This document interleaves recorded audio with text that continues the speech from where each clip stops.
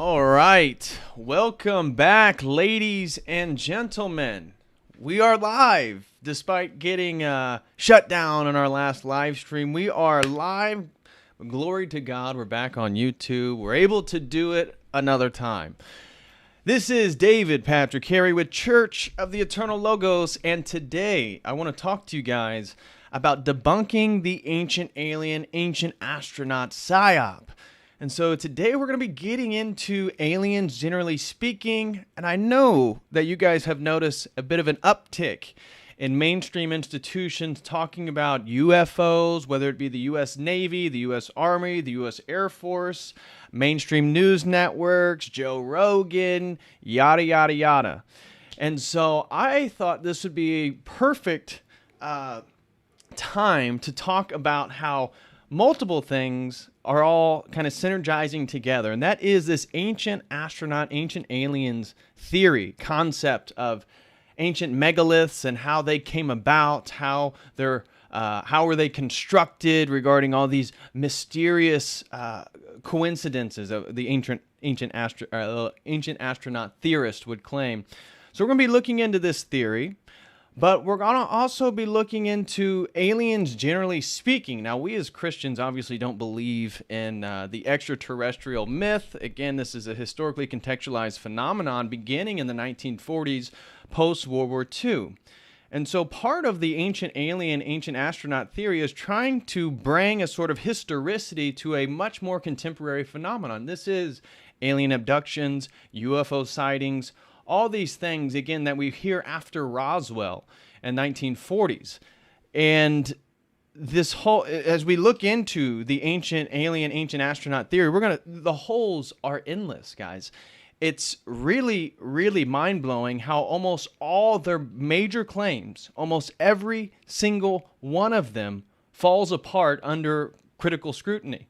And that's what we're going to be discussing later in the stream. But first, we're going to be talking about aliens in general, and how does that relate to the Great Reset? Does it relate to the Great Reset? Well, I would say it absolutely does.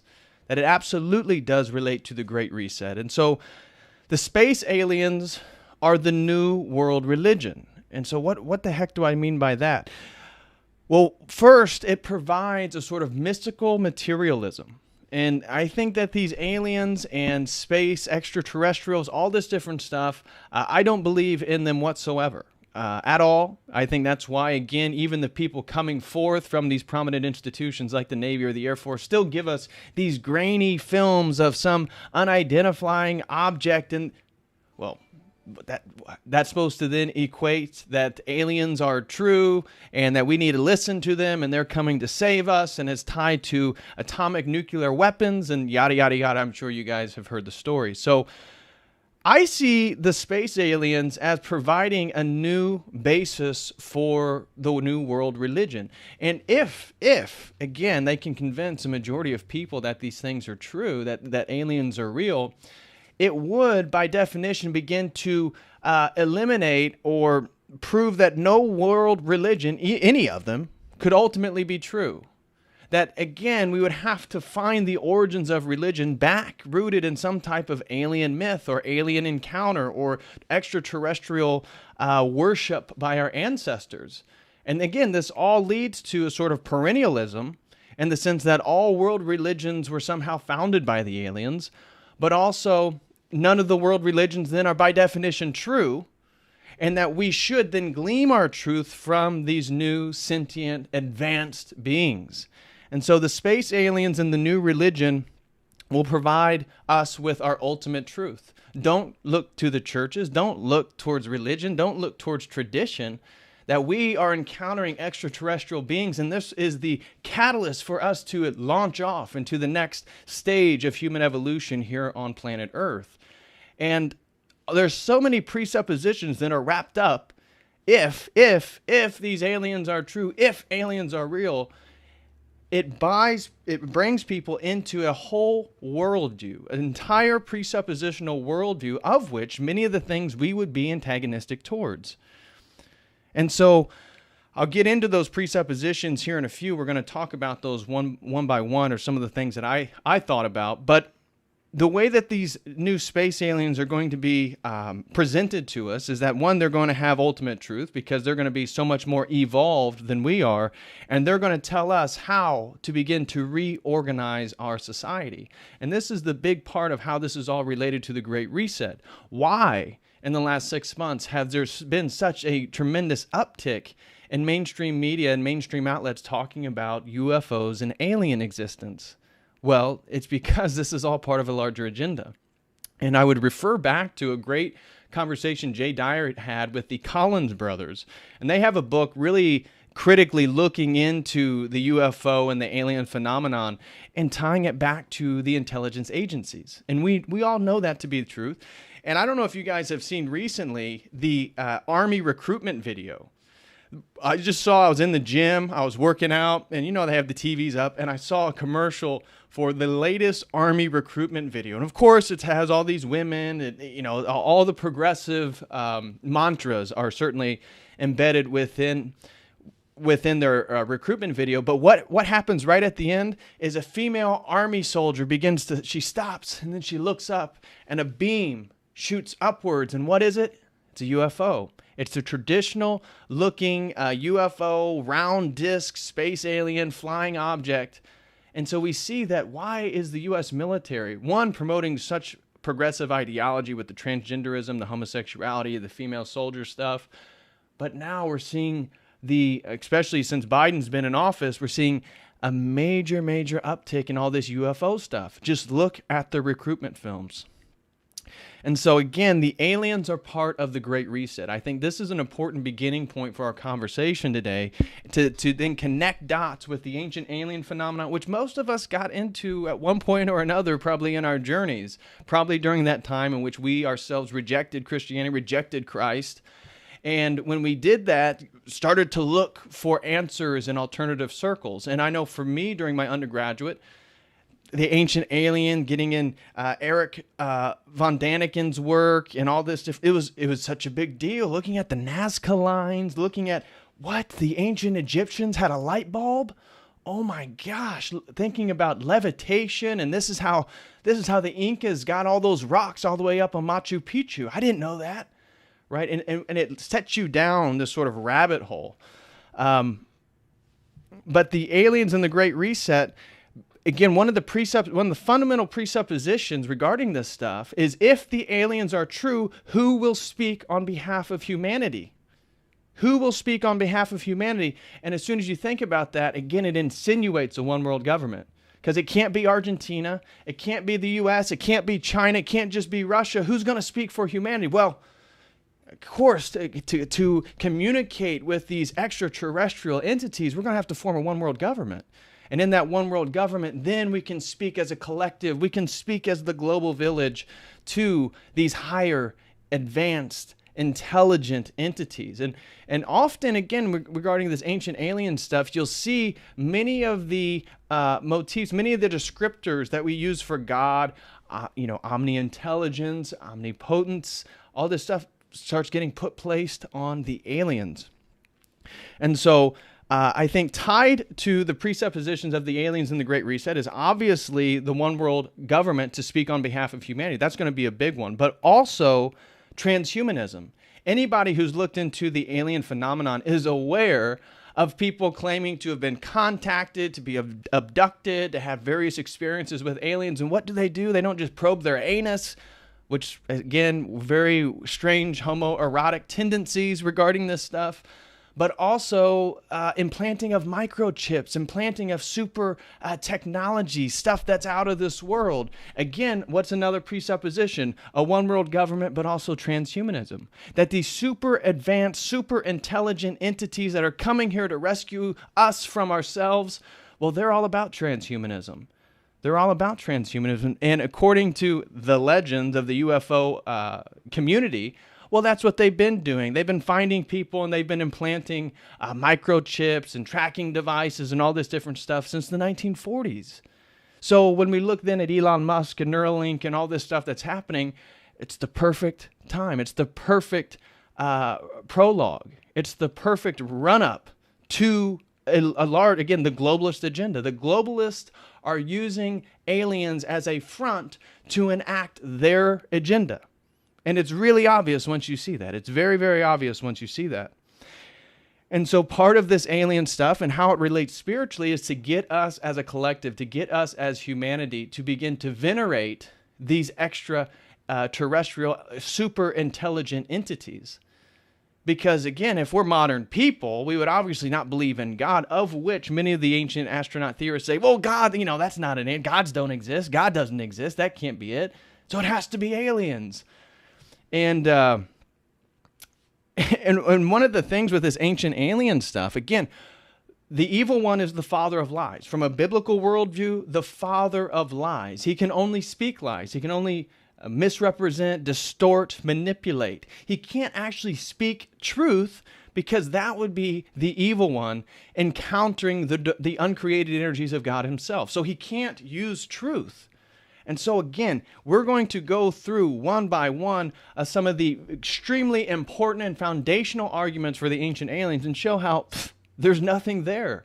It's an absolute lie. Sometimes they just fabricate the evidence. Sometimes they totally just make it up. Sometimes they maliciously distort and misrepresent what an ancient text says, like the Mahabharata, like the book of Ezekiel. Again, we'll get into all this stuff, but from that perspective alone, if we were just to look at the ancient astronaut theory one by one, what you're going to see is it's full of lies. And so this can't be from God.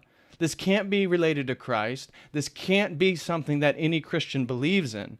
And to see how I've seen Catholic voices and Protestant voices talking about the evangelism towards the extraterrestrials, how this is the next phase of Christianity. No, you're already buying in to the Psyop. You've already bought into a paradigm that contradicts Christianity to ever be true itself. And so, this whole ancient alien thing insinuates that any great achievement in the ancient world had to come from aliens. It can't be from humanity. Because again, ultimately, I believe this thing to be demonic. And that's why it wants to take away any attributes, any high achievements of man and mankind, and again, associate that back to what I'm describing as a sort of demonic, symbolic front. And that's what these aliens are. Now, whether they are actual demons that people are encountering, I don't know. I've never seen or encountered an alien. But whether they're actual entities that people are encountering or just a symbolic front for intelligence agencies, for the globalists, for, again, evil forces embodied within humans on this planet, either way, I think the argument is still true. And so this ancient alien insinuates all great achievements had to have been done by aliens. And what's, again, as amazing is how this is being pushed by the mainstream outlets. And this also, again, for many modern people, they get down into these rabbit holes and, well, I can see the videos. I saw the video of that Navy guy who came on Fox News and he was talking about the ancient aliens or he was talking about UFOs. I saw the video. I don't have to believe like you Christians. I don't have to have faith. I can see it with my own two eyes, and therefore I know it's true. And that, again, is part of the psyop. You see, because many of these people aren't critical thinkers. In fact, they don't even have the cognitive apparatus to do critical investigation regarding this stuff because they've already bought into so many presuppositions, which is going to be, again, tied with the New Age. And that's going to come up when we start talking about the crystal skulls, that this whole ancient alien, UFO phenomenon, and New Age spirituality are closely, closely intertwined because they play off of each other. Because again, the entity, the experience of the entities, the age of Aquarius, the age of enlightenment, all this stuff, again, for these people, it's tied together, whether they're cognitive of it or not. And so, as again, I'm sure for many of you guys, I at one point was into the ancient alien stuff, and that was during my undergrad at IUPUI here in Indianapolis, that, I looked into Eric von Daniken's work, and I watched the documentaries, and I thought it was interesting. And then I got into more deeper stuff. Some of you guys may have heard of it, some of you haven't, but individual like Al Bielek, who, again, I don't believe any of this stuff now, but at the time I was very enamored with it. And so there's, if you can do YouTube searches, you can search the internet for a gentleman named Al Bielek, who claimed to have been part of the Philadelphia experiment, which is now considered widely a hoax, that it never happened. And this Philadelphia experiment claimed by Al Bielek, again, was tied to UFOs and all this stuff, but that they shot some type of laser beam at the USS Eldridge, and that this Philadelphia experiment put it into hyperspace, that it gets into time traveling and all this different stuff, and the Montauk Project.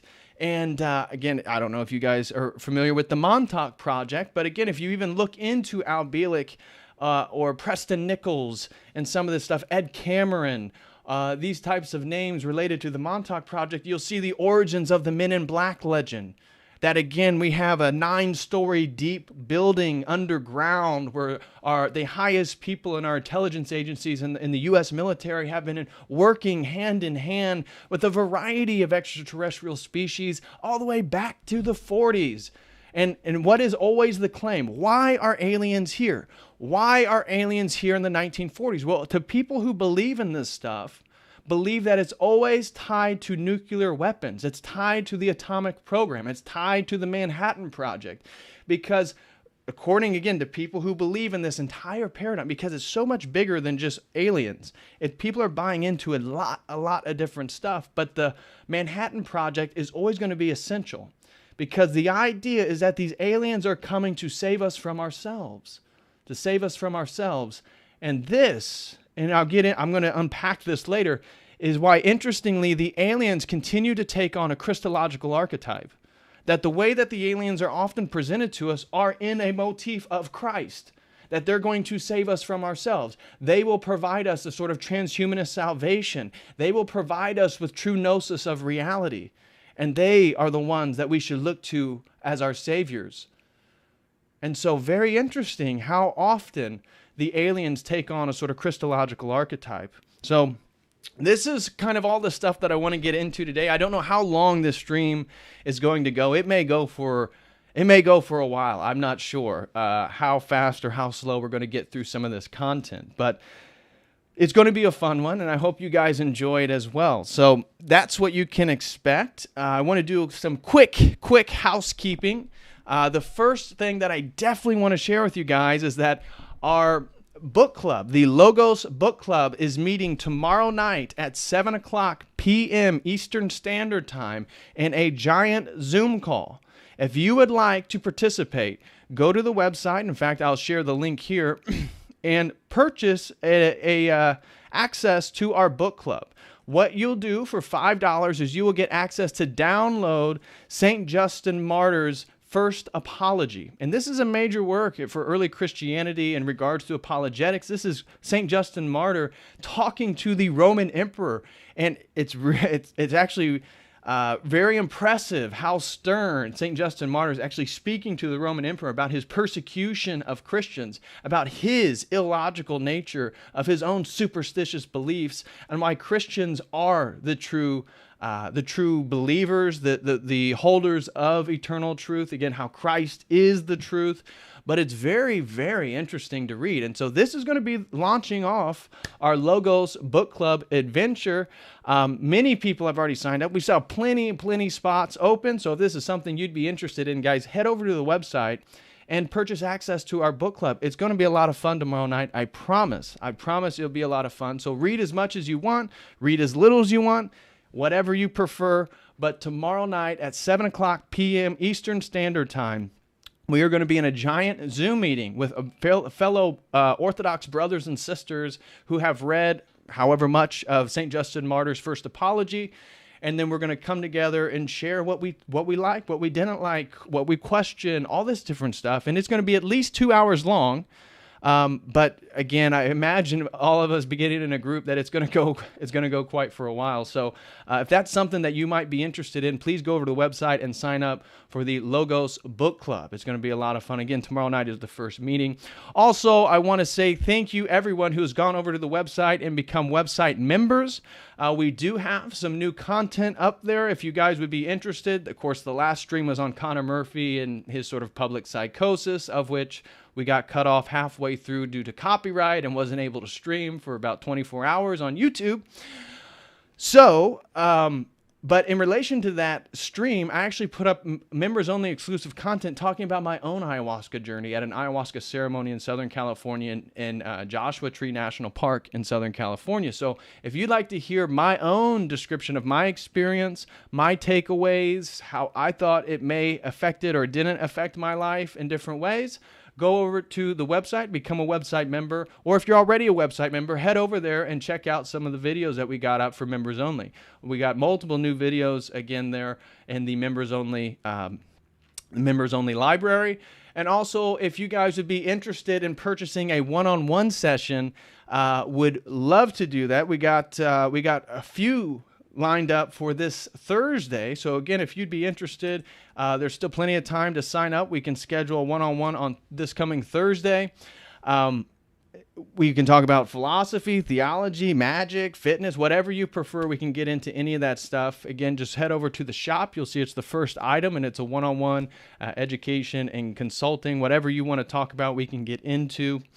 And then also, I wanted to highlight that of course, we have new merch, but it's the same merch for the last 3 weeks. But something that I've been working on is something I'm calling the Logos Academy. And so I'm 3 weeks into it in regards to developing curriculum for high school students. So if you, whoever out there, you have kids that are around the high school age, I'm trying to put together an 8-week, 8-video course, essentially, introducing the concepts of logos at a high school level. So at the first week is just a bunch of terms: logos, Jesus Christ, truth, family, love, order, harmony, logic, reason, these types of things, and just having kids define it. What do those words mean? And then unpacking them, getting a little deeper into it. And then the next week, getting into nature and order, looking at fractals, looking at sacred geometry, cymatics, and then moving into the third week, truth and morality, this type of stuff. So if you, I just wanted to share that that's something that I'm working on. So hopefully here in the next couple of months, I will have a whole curriculum for high school level students, again, if that's something you might be interested in. So that's something I'm working on. But other than that, that kind of takes care of the housekeeping. So with that said, now let's get into today's topic. So ancient aliens, and aliens generally speaking. The first thing that I want to say is, again, getting into the space aliens and the new religion. Let's just talk about that a little bit more.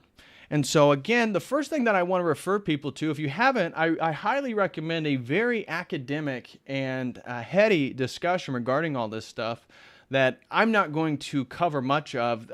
My conversation today is more just at a large paradigmatic level, and then we're going to get into specific arguments of the ancient aliens and debunk their whole worldview. But I highly recommend a conversation with Jay Dyer and the Collins brothers. Again, they wrote a book kind of deconstructing the whole UFO alien phenomenon, and I think they did a really, really impressive job. And so if you would like to hear a little bit more about this stuff in regards to how it relates to intelligence agencies, how it relates to specific players in the intelligence agencies, members on the high boards of Life magazine, just the more specifics to what, again, I want to talk about today, I recommend going and checking out that conversation. But some of the things in regards to these space aliens that I wanted to highlight is how is this beneficial to the globalists? How is this beneficial to the powers that be in various ways? Now, again, my premise is that this stuff is demonic, whether it's a front for their own demonic yearnings or their own evil intentions. That could be one, or that the UFOs are actual demons that people have encountered. I don't know. I've never seen a UFO. I've never seen an alien. I don't believe in these things whatsoever, so I highly doubt they actually exist. I believe it to be more of a symbolic front. It's sort of it's able to it's a psychological operation. That's why I called it a psyop, to use the alien as the symbol for really themselves. So the space aliens, the first thing that it does is it conceals experimental aircraft by various militaries around the world. And I think that's why various militaries, again, are okay with this whole phenomenon, again, misleading the populations. And again, if you look into the work of the Collins brothers, there's various people in the U.S. government back in the 50s and 60s who highly questioned some of these contactees and their descriptions with these UFOs and these aliens, and they were shut down immediately by the CIA, the FBI, and the major deep state players in our U.S. government. So, which immediately should make you scratch your head and wonder, well, why? Why are the intelligence agencies preventing U.S. Congress people and various U.S. politicians from doing deeper investigations to all this UFO stuff? Unless they're part of it, and unless this is all, again, part of a major psyop. This is all part of the globalist agenda going back to the 40s, going back to post-World War II. Again, Operation Ratline, Operation Paperclip, taking in a lot of the Nazi scientists. We have NASA and all this different stuff. So I think one of the things that the space aliens do, the first thing is that it helps cover experimental aircraft by various militaries around the world, and therefore it gives them a sort of cover to do psychological operations. Maybe they are putting, psychoactive substances, getting people to ingest those, and then, really again having them experience these wild encounters with beings that they're not familiar with or whatnot. Again, it could just be people dressed up. But I think that a lot of this stuff, again, is a cover for various militaries around the world to do secret operations. Also, it helps, obviously, the globalist agenda, and it's rooted in a sort of materialism. And I want to describe this as what I'm calling mystical materialism. Mystical materialism, because as many of it, when I think back to me getting into this alien stuff, is that I wanted to know the supernatural. I wanted to know what was going on in reality. I had given up on Christianity. I had given up on all the traditions of my parents because I was familiar with all that stuff, and, well, it wasn't really going anywhere. It didn't really give me much. So I remember being an undergrad and wanting to encounter. I would love to see an alien. I'd love to see a UFO. And this yearning for sort of mysticism got me into further research regarding religion, but also psychedelics, because psychedelics were a major gateway for me in regards to all this stuff. And so I think for many of us, this yearning for the supernatural gets people into this pursuit of the UFOs, but it's within, at a presuppositional paradigmatic level, materialism. It's all rooted in materialism. There is no reference to anything transcendent. And you'll hear this if you watch the Ancient Astronaut program. They do not believe in God or gods or anything like that. And that's why then for them, the logical follow must be extraterrestrials, because it has to be rooted again in this weird materialistic paradigm that doesn't offend evolution. Evolution, right? Because evolution, again, is a major presupposition of all this alien stuff. How do aliens exist? Well, Darwinian Wallace theory of evolution has been occurring throughout the cosmos since its inception. And therefore, of course, there's highly advanced, evolved entities that are way beyond our understanding. And all this, again, it presupposes NASA to be true. It presupposes NASA to be telling us the truth.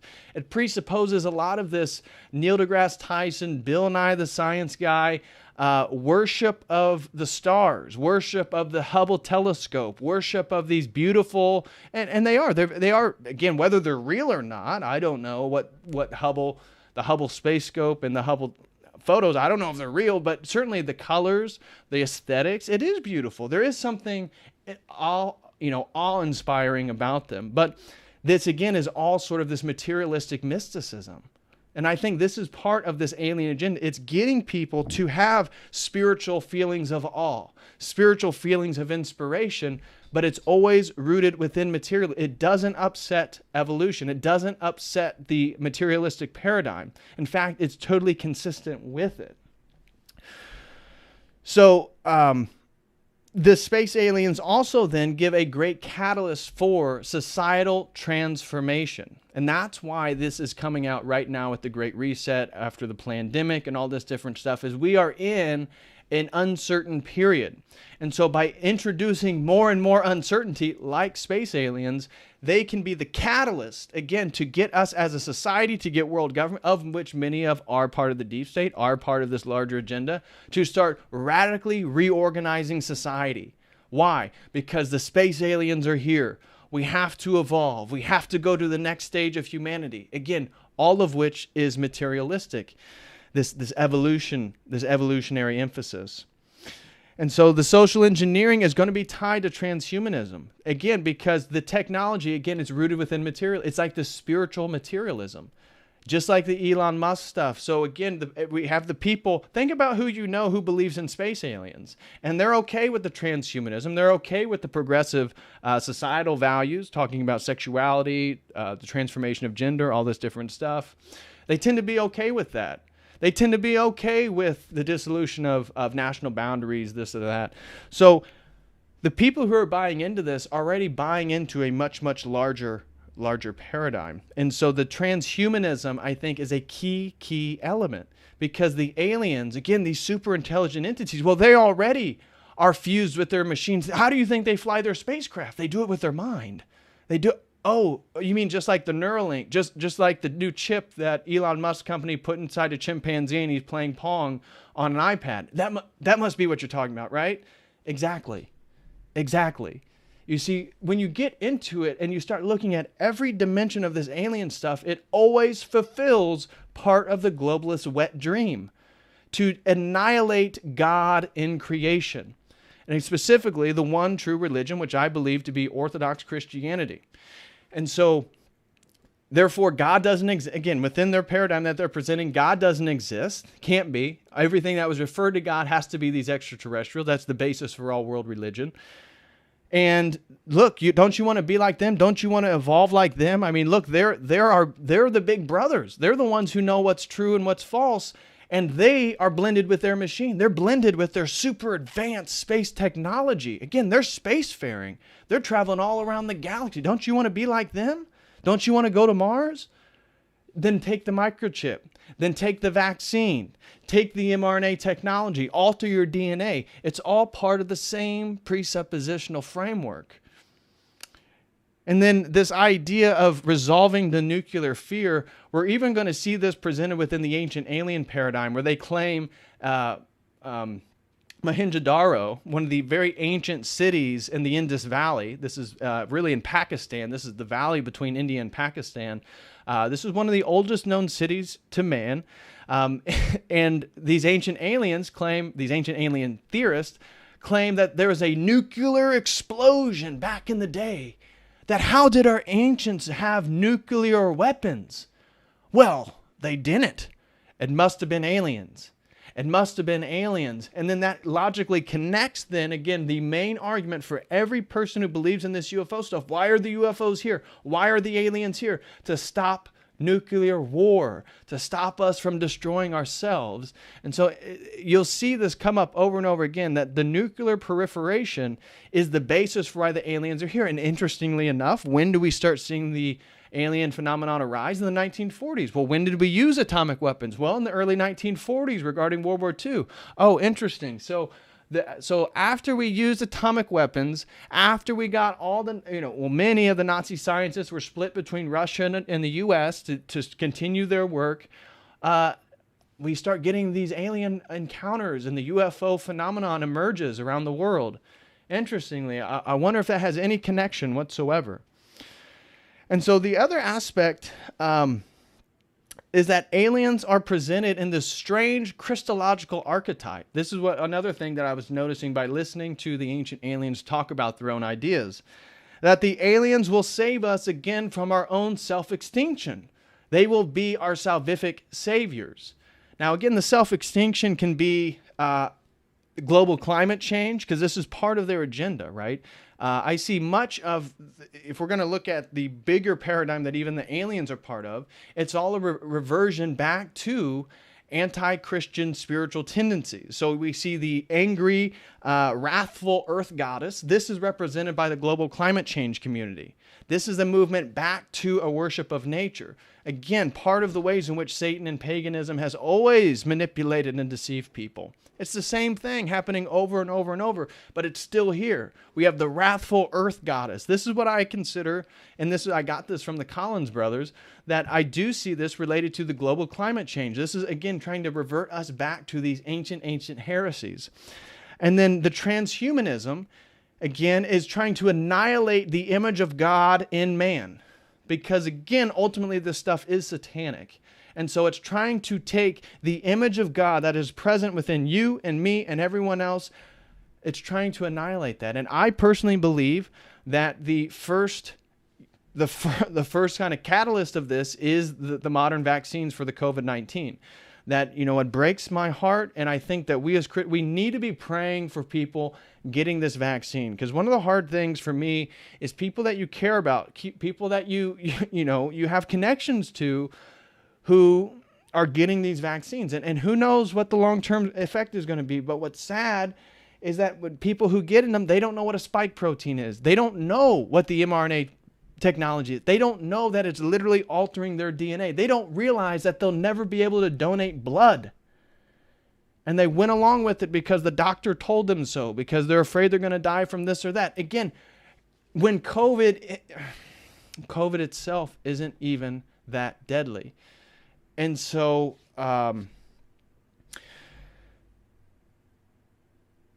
that I believe is part of this transhumanist, agenda related to all this stuff, and that the ET then are the gods invoking this sort of Gnostic theology. But how does this relate to self-extinction and how they're presented in a Christological archetype? Well, I believe, again, the aliens are always presented that they're going to come save us. Very rarely you will see the sort of Independence Day where they're going to come to destroy us, or there's going to be an alien force going to fight with us on behalf of us against other aliens.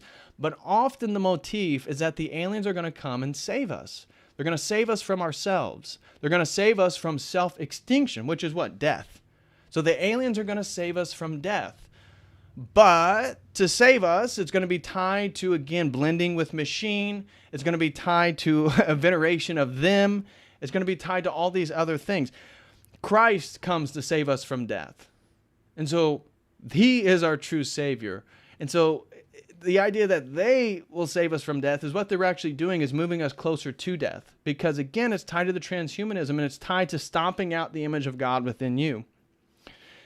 And they also claim that, the aliens will heal the divides in humanity. Because how again, are we going to speak on behalf of the entire human race? Well, we have to form a one world government. And this is what we've been needing because this is going to end world war. You see, the same sentiments, you've heard this over and over and over. So the aliens are going to provoke us to form our one world government, which will heal humanity, right? All these endless wars, if it's not like the same people who are promoting the aliens and the globalist agenda aren't the same ones who are making millions of dollars through endless war in the Middle East, killing innocent people and bombing weddings and using drone technology and all this different stuff. It's the same people. It's the same exact people, but the aliens are the ones that are going to come and heal the divides within humanity and really take us to the next step as a one earth, a global village, all tied together for, again, the more important causes. And then the aliens will also give us true gnosis about reality because the fact they can travel through space, they knew that we had atomic energy and we used atomic weapons from a galaxy far, far away, right? Their technology is so sophisticated that they knew what happened at Hiroshima. And therefore, they're going to come here and they're going to share their gnosis. They're going to share their enlightenment about how reality really works with us. Again, ultimate truth, moving ultimate truth from any religious context, divorcing it from there. Because again, this alien stuff, as soon as you believe it, it negates any single world religion from ultimately being true. It can't be. So, and you'll see this too. I mean, they make arguments that Jesus Christ is an alien. I kid you not. I mean, the blasphemy of this ancient alien stuff is ridiculous. They claim that Jesus Christ is part of a ET artificial insemination of Mary. I'm not kidding, guys. That's literally what they claim. If you listen to, again, Mr. Crazy Ancient Alien Theorist that is part of the thumbnail here, he literally claims that Jesus Christ is the product of an ET artificial insemination of Mary. Again, no backing to any of this. And what do they use? Again, we'll get into these examples, but it shows you just how erroneous all this stuff is. Again, we as Christians have to always look at the father of lies. If the information we're getting and we critically analyze it and it's full of lies, this isn't from God. This is not from God. And when we get into the specifics of the ancient alien theory, we'll see that none of it rests on truth. All of it rests on deception. And so they use art from the medieval or even Byzantine art. And they'll use stuff for like the Annunciation, Catholic medieval depictions of the Annunciation, the Holy Spirit impregnating Mary, right? And often it's depicted as a beam coming from heaven, and you'll see the dove, the white dove of the Holy Spirit moving towards Mary.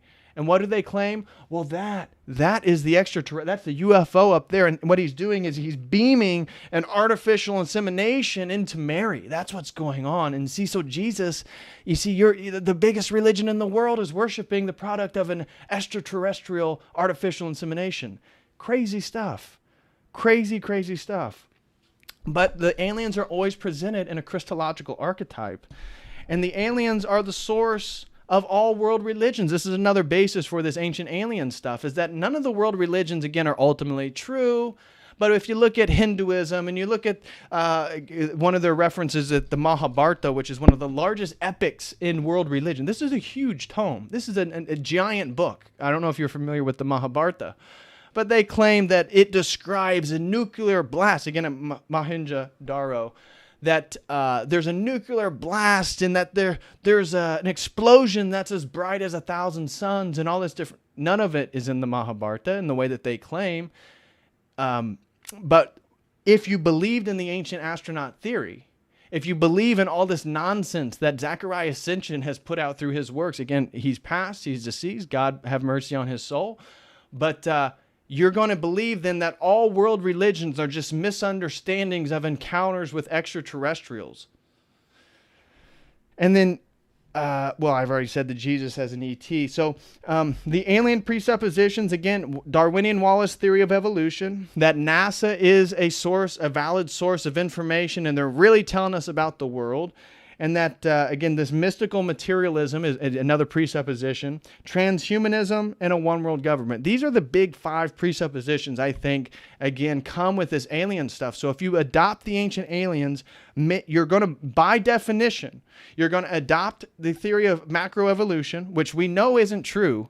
We know macroevolution, even mainstream atheist scholars, right? People that are in statistics, people that are in mathematics, people that are biologists. No, well, unfortunately, that's kind of old hat. We know even based on their understanding of a 13.8 billion year old universe, that it'd have to be much longer for materialistic macro Darwinian Wallace theory of evolution to be true, let alone the logical internal contradictions like niches and the things occupying niches becoming fitter and fitter and fitter, like the eyeball. If an animal species, this theoretically, let's believe Darwinian Wallace theory of evolution, if a animal is occupying a niche and it is becoming more and more and more fit for that niche, why would it ever jump and become unfit at a different niche and then begin to occupy more and more qualities, become more fit? Why would Darwinian Wallace theory of evolution, why would a species like the eyeball move from however it was in one animal and totally because it would involve it going through a very unfit state? That doesn't make any sense. Let alone there is no skeletal record. They cannot prove macroevolution. And so that is a lie. We know that's a lie. And again, many atheistic scholars know it's a lie. So Darwinian Wallace theory of evolution, NASA being a truth teller. This is a fundamental presupposition that I think most people don't think about, which I do not believe NASA to be a truth teller. I'm not going to get into it, but I do not believe them to be necessarily working for the best interest of humanity. The mystical materialism, again, supernatural qualities all occurring within like a radical materialistic framework, transhumanism, and a one-world government. And so we have to realize that this is tied to really these deep state operatives and deep state institutions and understanding. So with all that said, now let's just get into what the ancient aliens talk about. So we're going to be moving through examples one at a time here. So let's begin here with... And so let me first tell you guys, I got most of my research, so I didn't sit there and watch hours and hours of Ancient Aliens. I watched this very, very insightful documentary that you guys can watch on YouTube, titled "Debunking Ancient Aliens." Here, and I'll share that link with you guys if you want to watch it later, because I'm not going to get as in depth as he does. I'm just presenting you guys with the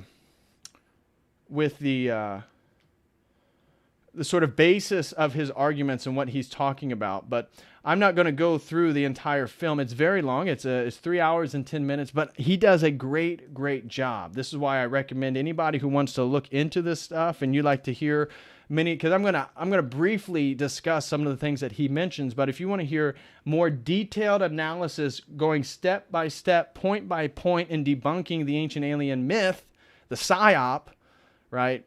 Then I would recommend the documentary that I just shared in the live chat. I would recommend that one. It's a very, very good documentary, and it talks all about this stuff. So let's get into it. The first thing that I want to talk about is, again, we're going to go through what are their important points, the ancient astronaut, ancient alien theorists. Well, their first one is a place called Pumapunku. Again, some of you guys may be familiar with it, some of you may not. But Pumapunku is a major site for their argument. And so if you're not familiar, Pumapunku is in western Bolivia. So this is in South America. And they claim that these stones, and here I can show you images of Pumapunku. So here I'm showing you some images over on, I'm just putting in Pumapunku ancient aliens on Google image search. And so you're seeing this is full of these rocks that they claim were created by extraterrestrials. Here's an image. You can see that they've took a photo and then they superimpose a UFO above it. Here's some of the rocks that are at Pumapunku, just so you can get a feel for it and what exactly we're looking at here. Now, according to the ancient alien theorists, Pumapunku puts the Great Pyramids to shame. That this is just an incredible marvel in world history and our ancients that just has no explanations whatsoever how Pumapunku could exist. And so the basis for the ancient alien argument with Pumapunku is that all these rock formations that I'm showing you right now, that these rocks are actually made of granite and diorite. Now, why would that be important? Because granite and diorite are incredibly hard rocks, incredibly hard and heavy rocks. And so according to the ancient aliens, that these rocks at Pumapunku, they're made of granite and diorite. How the heck then did these ancients carve these stones, and how did they move these stones? Well, again, why don't we ask a scholar who works at Pumapunku? And we would see that these rocks aren't made of diorite or granite at all. Not a single scholar claims that they are. And so you see this again and again. We're going to move through, guys. We have like 4 pages of examples here. But the ancient aliens, the first thing that they do is create an incredible mystery, right? They present you with something that confounds your mind. Oh my gosh, I'm looking at all these rocks, and they'll have all these authors and journalists talking on TV, and then they'll show you these rock formations and say, you wouldn't believe they're made of granite and diorite. An outright lie. An outright lie. And so the ancient aliens claim the only thing, again, these things are made of granite and diorite, so the only thing that could cut these rocks had to have been diamond. They had to have diamond-tipped tools. Probably electric drill-like instruments. Maybe they had laser beams. They had to have something because this rock is just too hard to cut in these shapes that they have them presented now. But that's not the case. In fact, the actual rocks that they're made from are incredibly local right there in Pumapunku, and related to granite or diorite, it's relatively soft. And so we know the tools they used. We know the sort of copper metal alloy tools that they use to cut these things. So if they're granite or diorite, the copper metal alloy tools would not have worked. But we have archaeological evidence. We have locals talking about it. We have direct evidence that and we know for a fact these things aren't granite or diorite. And so using small stones and sand, similar to polishing as Egypt, so they ask, so in some of these, they talk about how smooth the surface of these rocks were. Some of these rocks are just way too smooth. How, again, a granite and diorite rock, how would the ancients make it so smooth, the face of the rock? Well, first of all, they're not granite or diorite. And we know how the ancients made rocks smooth. We know how the Egyptians smoothed the rocks that created the Great Pyramid. They used sand. And that you can put sand onto a rock and begin to rub it using another rock, another hard rock, often a granite rock or a diorite rock. You can put it on and then rub sand in between it, and those little sand particles will begin to smooth out the surface of a rock. This is how the Egyptians did it. They just used the sand right there in the desert. The same thing is true at Pumapunku. The same thing in again, you watch the documentary that I laid out in the documentary that I laid out in the live chat there, and you'll see exactly what it's doing and what it is. So they claim that, one, these are rocks that they're not. They claim that there's no way to have polished these rocks because they're so hard, which isn't true at all. And in fact, the harder the rock is, so if the rocks in fact were granite or diorite, using the sand style to smooth out and smooth the surface, it actually makes it more smooth because the rock you're trying to polish is so hard. So it doesn't actually wear it away as easy. It makes it smoother rather. So again, an outright lie. They claim that these stones, right? They claim, well, how did the ancients move them? They had to have had levitation devices. They had to have extraterrestrial help because these stones are, I think they claim that they're like 800 tons. Well, that's not true at all. Again, these stones aren't granite or diorite. In fact, the ancient alien theorists overclaim 600 tons to the weight of these rocks. They add 600 tons erroneously to the weight of these rocks. It's not even close to being accurate. Not even close to being accurate. And so they said, well, how did the ancients move them? They claim they're like 800 tons and really like 200 tons. That they're so heavy. These rocks are just ginormous and they're so heavy. How did they had to use levitation. There's no evidence that the ancients moved these rocks, which isn't true. Ask any scholar who actually works on this site, and they say, no, actually, we have tons of rocks that the Ancient Alien series won't show you that are just around the site, but they're not used, that have marks where the drag marks, that these rocks were dragged through various means to the site in which they occur now. There's drag marks evident on almost all the rocks. And then they have these little loops inside where clearly they were running a large rope inside of them and then using probably levers to pull the rocks up and stack them on top of each other. So again, and anybody working at this site would tell you the same thing. So we know that they had hoisting ropes, and we know that all these rocks had drag marks. So the idea that they were levitated into place is absolutely nonsense. There's no evidence for that. No evidence for that. And then they claim that there's no civilization nowhere near as old as Pumapunku, which isn't, again, true at all. And they just outright fabricate evidence. And this is why I think it's so pernicious, because if you're not somebody who is a thinker, if you're not somebody, for example, when they start talking about Ezekiel, as we'll look, again, we're Christians. What is the book of Ezekiel about? Well, Ezekiel has a vision of the throne of God. That's what Ezekiel 1, 2, and 3 is about, him witnessing the throne of God. Well, what do the ancient aliens say? Ezekiel was witnessing the enemies of God. So subtle. So subtle. But most of the people watching this nonsense don't read the Bible, and they don't know what the heck they're looking at anyways. So the ancient aliens say, oh, you see, Ezekiel, he was looking at the enemies of God. And then they go in to describe the chariot and the cherubim and all this different stuff. Well, that's not what Scripture, like literally, that's an absolute lie. Because Scripture itself says he's looking at the throne of God. All historical interpretations, all historical exegesis and hermeneutics of the book of Ezekiel know that Ezekiel's looking at the throne of God. Has nothing to do with the enemies of God or UFOs or extraterrestrials or demons or anything like that. Again, they just outright lie. So this is the first one that I wanted to talk about was Pumapunku.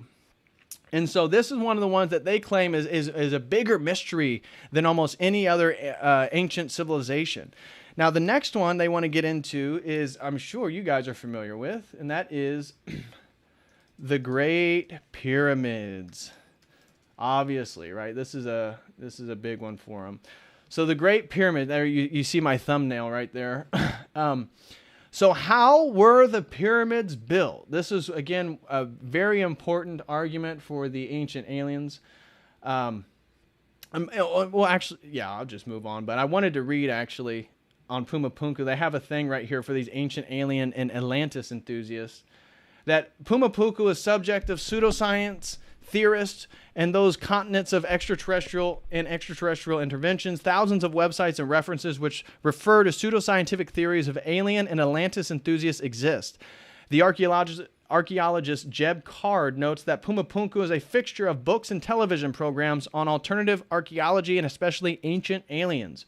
According to Card, Atlantis and alien enthusiasts point to the fine-cut masonry and the location of Pumapunku and the high I think that's Altiplano as mysteries. The archaeologist Axiel Vranch counters the ancient alien enthusiasts that now a confirmed and well-preserved analog to Pumapunku is known, which is, on a minor note, a solid piece of evidence to rebut the mildly irritating persistent claims by ancient alien enthusiasts that hold Pumapunku as the best example of extraterrestrial technology, based on the idea that its form and design has no local precursors, right? Again, they outright lie about that stuff. But anyways, moving on to the Great Pyramids.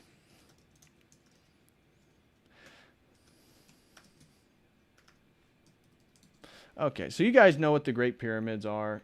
I don't need to tell you about it. But there's always, again, in the New Age, the pyramids play a very, very important role. And for the ancient aliens, the whole thing is how were the pyramids built, right? There's no explanation. So what do they first do? Is they claim, well, okay, what are some of the theories about how the pyramids were built? The first one is that there had to been a ramp, right? So they claim, so imagine looking at one of these pyramids, and then so imagine the front face of one of these pyramids. There's a ramp to the very top, and it goes all the way down. Well, the people who went ahead and theorized this, developed it out, thought it all the way through, and said, well, geez, if that was the case, there'd have to be more rocks and stones used to create the ramp than there are for the pyramids themselves. Therefore, it'd be wildly inefficient to create one giant ramp leading up to the pyramid. So then what's the next theory that they claim? Well, maybe there's a ramp around the outside of the pyramid that went around to the top. And then they disprove that because we know that couldn't have been the case either, because there's no real evidence for that being it as well. So they say the two theories of how the pyramids were built, one with a giant ramp or two with a ramp around the side, both of which we know weren't true. So therefore, aliens did it. Basically is their logic.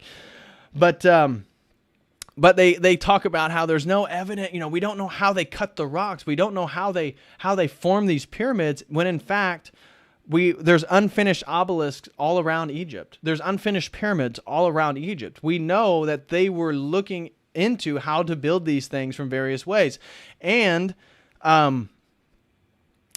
the theory, again, that they don't reference is that we kind of do know now how they built the pyramids. And if you guys aren't aware, it's the internal ramp theory. And that's why the ancient aliens won't talk about the internal ramp theory. So what is the internal ramp theory? Is that French archaeologists and French researchers, really, I think in the 1960s and 70s, they took data, and it's almost like an X-ray of the pyramids themselves, and they could see that something was going on in a sort of circular fashion on the inside of the pyramid, not the outside, which makes total sense. Again, I would recommend watching the documentary if you want to understand this a little further, but what it shows is the Egyptians built the pyramids from the bottom up, and they built it from the inside out. And this is why, because the ancient alien theorists will say, well, how was the king's chamber built? It was built in total darkness. How did they build in the inside of the pyramid? There's so much weight from the top of the pyramid, it should crush the king's chamber. How did they do it? Well, they had to use super technology. They probably were levitating stones and keeping stones in place while they're... No, it was all built in daylight. The entire... So imagine, again, they're building from the very bottom of the pyramid up. And so they'll finish the first layer, like all the rocks. They'll finish the first layer. Then they start on the next layer. Then they start on the next layer. So every chamber in the pyramids was built in direct daylight. They could see it all. And that's why, so it isn't until they get to the top where and then they close it in on itself. But the French have done a great job in terms of trying to look up and how were the pyramids built. So the logical ways that the pyramids could built, it's the internal ramp theory. They say, again, if you listen to ancient astronauts, they claim that there are no logical theories out there, that scholars don't have a single idea how the pyramids were built. It's just a complete mystery, that there's no explanations, everything is logically contradicting, and therefore either God did it or it's aliens. And then they'll say, but God doesn't exist, so it must be aliens. But this is kind of the main of their argument, is that this unknowability of how they would begin constructing it from the ground up, or if they started from the top, then worked their ways down using, again, spacecraft technology. No. And again, they had a major slave force. And even in the Egyptian hieroglyphs, this is one of the interesting things you'll get in the documentary that I shared with you guys, is there's even hieroglyphs on how they moved the stones. They had these wooden crates that, again, they moved them through, sometimes rolling them over like tree trunks. Sometimes they had different wooden apparatuses with wheels on them. But we kind of know, again, we don't know definitely how they did it, but we have a pretty strong idea that doesn't involve aliens. And so the Great Pyramids, again, it was all the work of Jean-Pierre, again, this French archaeologist and scholar who really put a lot of this stuff together. And the people who are serious about this stuff know that this ancient alien stuff is absolute nonsense. It's absolute nonsense. So I don't want to spend too much time on the Great Pyramids, just because, again, if you want to hear more about it, watch the documentary. My goal is just to go over the base arguments of their worldview and then highlight how ridiculous it is. So the next one is Baalbek. Baalbek. Oh my gosh. And so this is actually a pretty cool place if you're not familiar. Baalbek... Baalbek, okay, is what we would refer to as Heliopolis, right? So Heliopolis was built in the 4th century BC, so 400 years before Christ.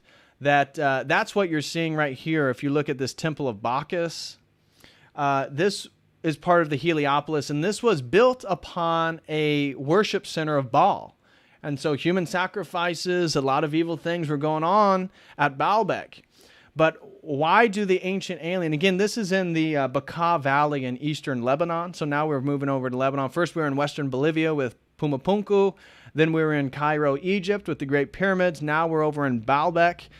So we're in the Bekaa Valley in eastern Lebanon.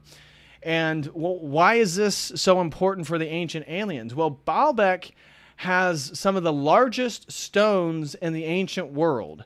And this is a fact. I mean, we know that for a fact. And this is what you're seeing here. So this image here, you can see the little man to the left, and you can see this ginormous single solid stone. And there's I think there's 3 or 4 of them right next to each other. And these things are ginormous.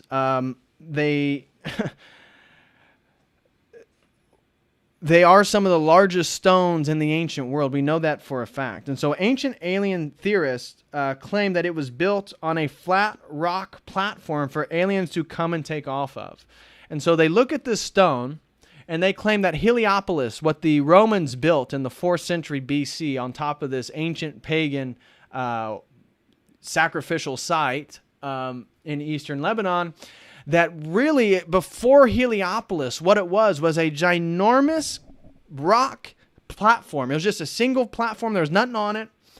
And this was before the worship of Baal and everything like that, is that really back in the day. And they come up with a fake timeline that's not even accurate. But back in the day, what it was, this was a landing platform for UFOs. That the UFOs and the extraterrestrials that are responsible for all the world religions in the ancient world, that this was a shrine to them, and this was a platform for them to come and take off of. And so they claim major rocks claim to be moved by alien technology, and that's what they're talking about with these rocks. They say, well, these rocks are so big. They're so big. In fact, these are 800 tons. These aren't a joke, right? So even though they said 800 tons on the rocks in Pumapunku, which they weren't, these actually are 800 tons. And I think the ancient alien theorists, as you'll see with all their arguments, I think they claim these things are like 1,200 tons. No, they're not. They can't get things accurate at all. But these things are about 800 tons. And they claim, well, how did they move these?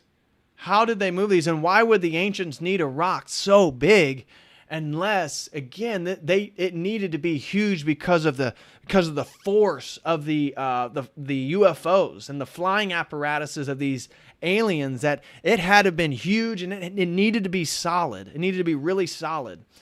And see, here it is, the Baalbek megaliths, right? This is what the ancient aliens talk about. But we realize that it has nothing to do with the platform.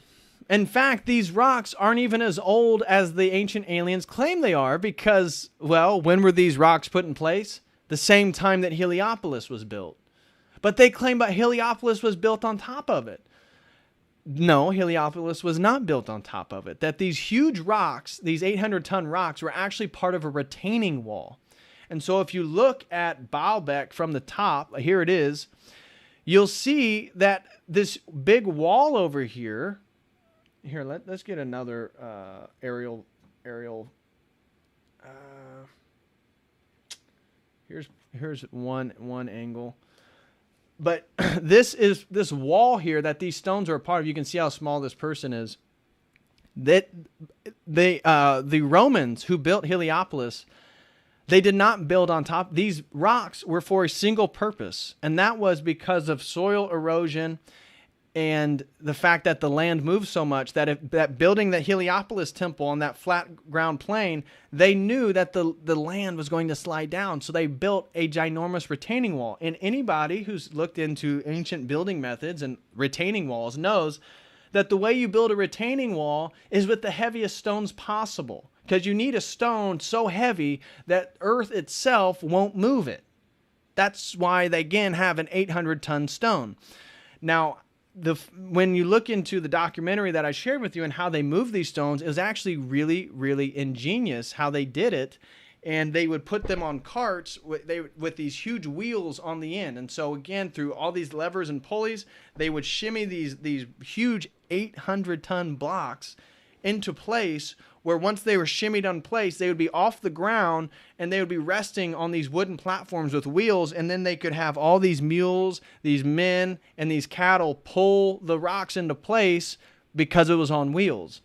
And we know this technology existed because the real indicator is that if you look at the Wailing Wall, if you look at the retaining wall in Jerusalem, right, that's related to the temple, again, now what we call the retaining or the Wailing Wall. This is, again, part of that old retaining wall still there in Jerusalem. That is the other place with stones the exact same size. And we know for a fact the retaining wall in Jerusalem was not built by aliens. We know for a fact that the retaining wall in Jerusalem was built by the Romans. And so why do we have to invoke all these alien theories when we know for a fact the most comparable wall in existence is over in Jerusalem, and we know for a fact how they did it and that it wasn't used, that aliens weren't a part of the process? And so you see, this is another malicious way to get people to fall victim to all this nonsense, and that is just outright lies. So the major rocks that they claimed were moved by alien technology were actually part of a retaining wall, and this was due to soil erosion, which is still a major problem in the Bekaa Valley. If you looked it up right now, the Bekaa Valley still has a major problem with earth shifting and moving due to soil erosion. In fact, I think the UN, if you watch the documentary, made this like a humanitarian crisis or something like that, because people's houses were literally moving because the soil erosion is so bad. And why is the soil erosion so bad? Because Lebanon doesn't have their cedar trees anymore, right? If you've seen a flag of Lebanon, you know that the Lebanese flag has a big cedar tree right in the middle. But if you go to Lebanon, where's all the cedar trees that it was known for? Read the Bible. The Bible even mentions Lebanon's cedar trees. But those were all cut down. And so the deforestation of the Lebanese cedar trees being gone, this is why there is such massive soil erosion now in the Bekaa Valley, because all those trees that were historically there are now gone. Again, trees are essential. We'll find the same things true with Easter Island, that trees and their roots are essential to keep the ground itself in place. And as soon as you deforest the trees, especially in these places, there's nothing to keep the ground in place. So, it was, as I said, built on an ancient Canaanite site dedicated to Baal. So we can imagine human sacrifice, child sacrifice, abortion. All this stuff was done at a religious, ritualistically done in a religious way at this site. The Thunderstone, the largest stone ever moved. This is another thing. This is interesting, guys. Have you ever heard of the Thunderstone? You should. So again, just to debunk their whole theory, Thunderstone, no. Largest stone ever moved. And this happened in Russia, guys. The Thunderstone, the largest stone ever moved. Here's a photo of it. Here's an art depiction of it. The largest stone ever moved occurred in the 1700s by Russians. And we know that aliens weren't there. And you know how big the Thunderstone was? 1,250 tons. 1,250 tons. And the rocks at Balak were 800 tons. They're 800 tons, and they're telling us that humans, there's no way they could have moved these or put these there, even though there's evidence over in Jerusalem with rocks the exact same size. But even if we were going to take that and, give them that, well, then why is the largest stone that we know of that has ever been moved by man was done by Russians in the 1700s? It's called the Thunderstone, and it was 1,250 tons. That's literally 1.5 times bigger than the stones at Balak. So it just shows you they're totally dishonest. These people are not into the truth. This is, again, a deception from Satan himself. And that's what all this alien crap is. And so the Epic of Gilgamesh claim rockets landed at the landing place. This isn't true. Why do the ancient alien theorists believe that Balak was a landing place for ancient aliens? They get it from the Zechariah. I think it's from his book, The 12th Planet. I'm not positive. But there's absolutely no evidence for this at all. So the whole basis for these ancient alien theorists, these ancient astronaut theorists, for claiming that this site was a platform for UFOs to take off and on from, comes from a Zechariah Sitchin book that no scholar ever would support. And so this is the same sort of phenomenon that happens over and over and over with this ancient alien stuff, is that when you start digging into it, their source is always a science fiction book, or it's Zechariah Sitchin, or it's this book over here, or as we look in the Mahabharata, when they start talking about the flying palaces in Hinduism, they're referring to a text which they claim is an ancient text, when it's not. It was actually written in the 1950s, and it was channeled by an Indian guru. And they refer to this book that he channeled in the 1950s, and they outright lie and say that this is like 2,000 years old, when we know it wasn't. I mean, and this is the type of honesty you're dealing with these people. So it's pretty pathetic. The next one that I wanted to get at is the Incan sites. Incan ancient alien.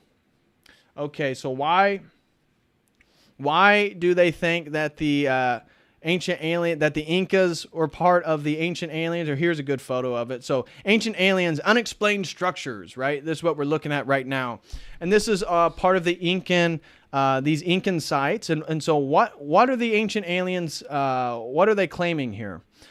Well, they're claiming that these rocks that you're looking at right here, see how they fit together like a puzzle piece, and that these stones are, they fit together just so perfectly that the the ancient aliens, I kid you not, they claim that the Incans built these rocks, here's another photo, using thermal heat, that they melted these rocks and petrified them into place, and that's why they fit so perfectly.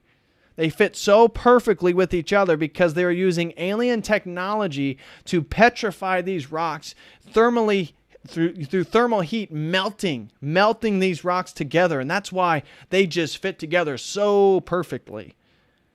And the thing is, and we don't have to spend a lot of time on this one, if that was true whatsoever, it would be very, very, very easy to prove that they used thermal heat to petrify rocks and move these things.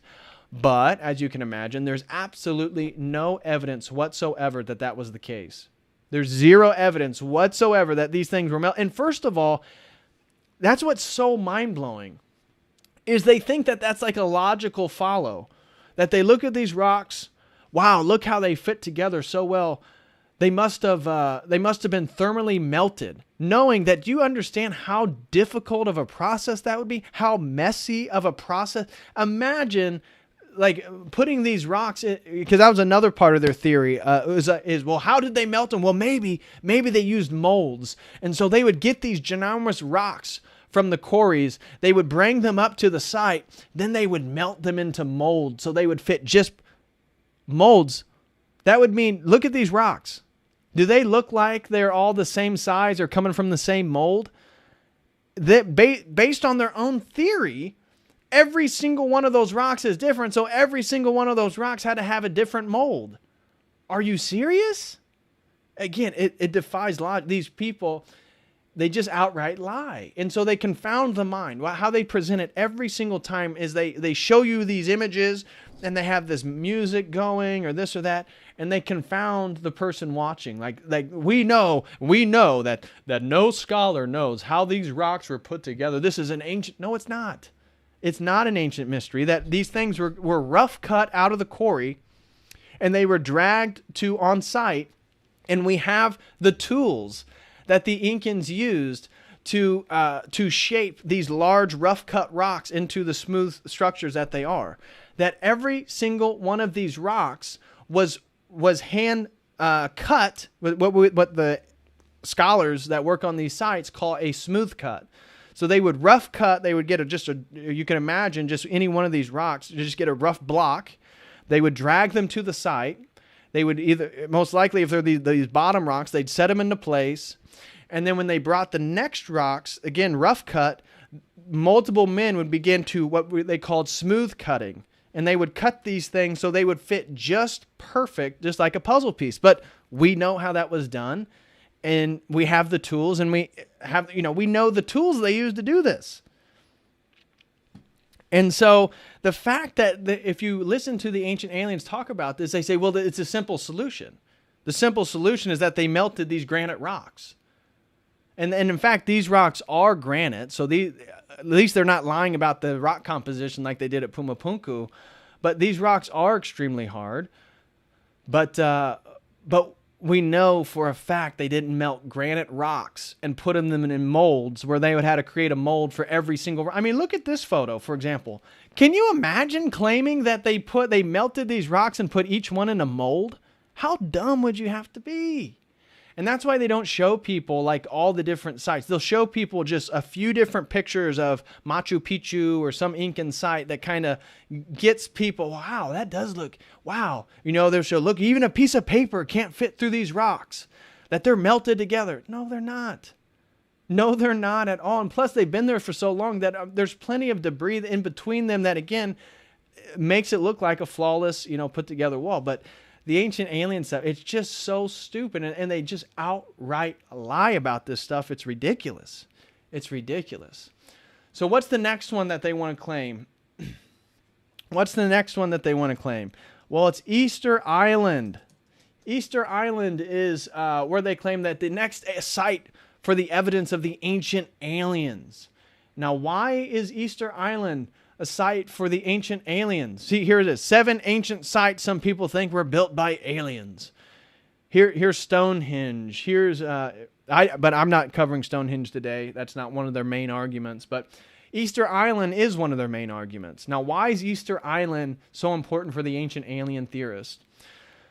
Because they claim that they don't know, one, how they cut the rocks, how they shaped them, and they don't know how they moved them. So these are the 2 big questions at Easter Island that the ancient alien theorists claim. How did they cut the rocks? How did they move the rocks? So the first one we'll get with, how did they move the rocks?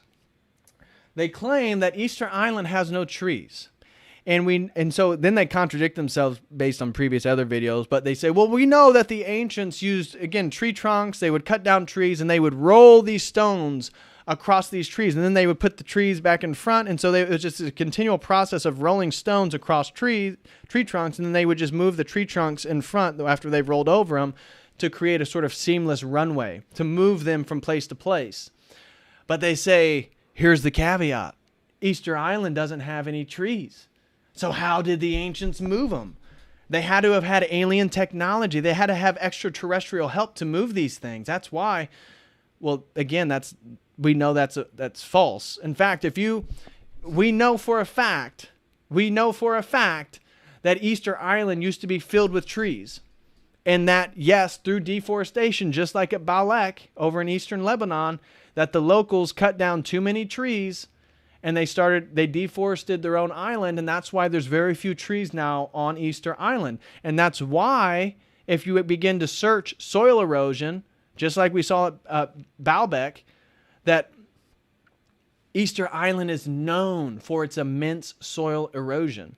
So again, they outright lie and do not tell you what modern scholars know about this stuff. They don't tell you that nobody will claim that trees were never on Easter Island. In fact, most people, almost all scholars, unless they're part of this ancient alien stuff, will tell you that there were trees on the island while these things are dated to be present. Knowing then that these things were probably moved in the same fashion, we know that the ancients moved various other rocks. And then, in addition to that, we have modern examples of people building these exact same statues and rocks and erecting them. So we have examples in the 21st century of people doing the exact same thing and showing them how they do it. So the other question that the ancient aliens say then is, how did they carve the rocks? Nobody knows how did they make them? Well, we do know.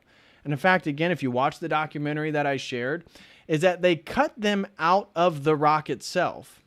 So when you look, again, there's an example in the documentary showing somebody one of these Easter Island men that was never finished. So it wasn't finished. And so you see down in the quarry where all these rocks are that the whole face, the body has already been cut out, but he's still in the ground. He's still attached to all this other rock and mountain stuff. But what they did is they would just cut, and then they would form it to where there's just a spine underneath one of these rocks. So imagine one of these Eastern Island men that's standing up like this. Imagine him sitting on his back, and that they would just cut, again, the rock underneath it until there's just this thin spine underneath it. And then they would tie ropes around it and rock it back and forth and snap that rock. And once they did, now they have the whole thing. And then they can shave off the back and make it real smooth and fine, that whole spine that it broke off of. Now they can work the back, and now they can roll these things into place. They can tie ropes around, dig the hole, tie ropes, pull it up, and then fit it into the ground. We know that's how they did it. We don't need aliens. And so the whole basis of Easter Island being erected by aliens is that they don't know how it was cut, which we know how they were cut, and they don't know how it was moved, which we know how they were moved. So again, they just outright lie about the evidence. They just outright lie. Now, here's the next one that I want to get into. I know you guys are probably familiar with. This is called Pakal's rocket. Pakal's rocket. Now, I'm sure some of you guys were probably into this when you were a kid. Here's maybe a good example. And so what you're seeing here is the ancient aliens claim this gentleman right here named Pakal. He is a important... here, we'll just pull it up here too.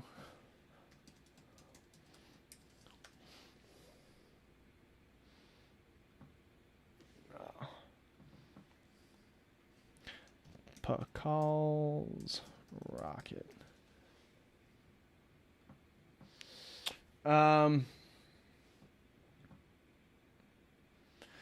So Pakal was a pre-Columbian Mesoamerican deity, king, some sort. Anyways, this whole image depicting his death and descendant into the underworld has been a common example for these ancient aliens of some of the ancients depicting a rocket ship. The depicting of Pakal flying into outer space. This is what they claim. Now, why do they claim all this? Well, here, well, actually, that's not much better, but that's the, I'm trying to find a good image. Maybe this is the best one. You see him here, and so his hands are kind of like this. They claim that he is, sorry, there's not a whole lot of good images. They claim that he is getting ready to take off, and that his foot down here, if you look at his left foot, they claim it's pushing an accelerator, and that his hands, they're touching knobs as if he was touching the dashboard of a rocket. And the way that he's situated, sitting down on his back, is like he's geared to just fly into outer space and go up. And so this, they claim, this is a prime example. This is a perfect example of the ancients depicting some of these alien technologies and people flying into outer space in the ancient astronaut theory. And so this is clearly a spaceship, according to ancient aliens. Yet, they never tell you what the Mayans actually say. So what do the Mayans say about this image? What do Mayan scholars claim this image means? What do the Mayan artists that still make Mayan art claim that this is symbolizing? Well, here's what the ancient aliens claim. Here's a good example. So they claim that this guy's sitting in a rocket ship like this, and that that's what this image over here is portraying. And that this is known. And so they claim there's no other explanation for this, so it must be this rocket. Clearly, that's what's going on here. But that's not the case at all. If you ask any Mayan scholar, any Mayan themselves that is familiar with this work, they say, well, this is a famous work. This is a famous work depicting Pakal's death and his trip to the underworld. And so if you looked at the whole thing, for example, like this, you'd see that it's actually depicting the very famous world tree, the world tree. And that's what this vertical structure is that he's, he's laying on his back like this, but this vertical apparatus that they claim he's touching knobs to, that's the world tree. If you look at Mayan art, any Mayan scholar would tell you that this is found in lots of different artistic depictions, and that the world tree was a central fixture in Mayan cosmology and theology, and that the world tree's roots went down to the underworld, the realm of the dead, and that the branches, the world tree's branches, went up into heaven. And so the world tree permeates all three spheres, right? Middle Earth, the underworld, and then the heavens. And so you find the mythology of the world tree of Yggdrasil in Nordic mythology very, very common.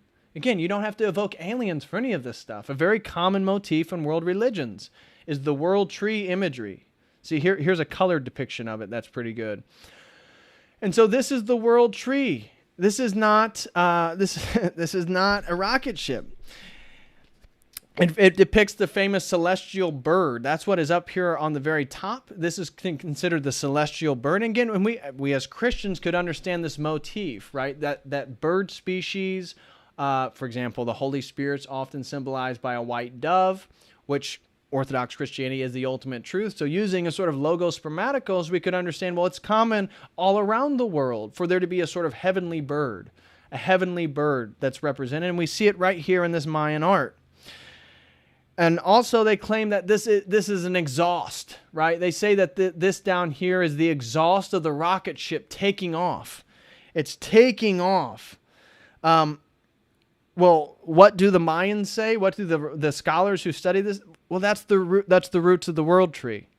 Nobody in Mayan studies would say that is exhaust fumes from a rocket. They'll tell you, no, those are the roots, because that's what it's depicting, is he's going to the underworld because he just died. And so in conjunction with what we just said, where do you find this image? Is this image just sitting around? Is it just on the side of a temple? Is it a piece of art that people hold? No, it's literally on top of a sarcophagus. It's literally on a coffin lid. Like, this image is the top of a coffin lid. So again, the mainstream narrative that this is part of Pakal's depiction of Pakal's death and descent to the underworld is extremely consistent and seems much more accurate, given that this image is the top of a coffin lid. It's the top of a coffin lid. They also claim that if you notice this little blue thing coming next to his nose, they claim this is a breathing apparatus for when he gets in outer space. You see, when Pakal gets in outer space, he can't breathe oxygen, so he breathes through this really special apparatus right here. Well, again, what do Mayan scholars say that is?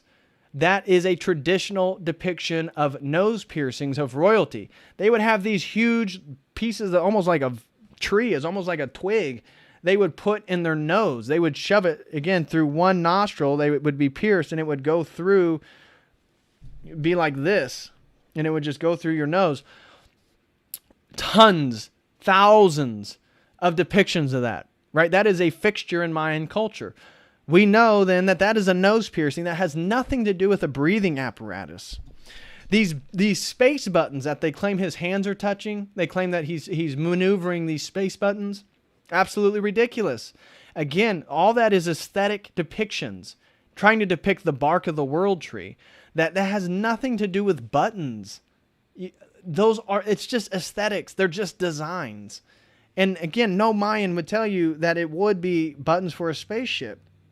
And so this entire piece is explainable and consistent with mainstream modern art and Mayan scholarship. There is no need to evoke extraterrestrials, ancient aliens, or ancient astronauts. But again, they do this because it's part of the manipulation. Again, we just see lies, lies, lies.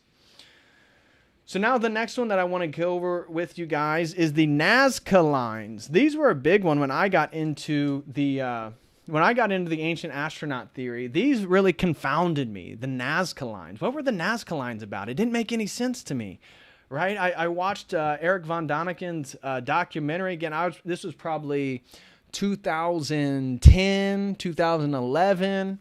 Probably 2010.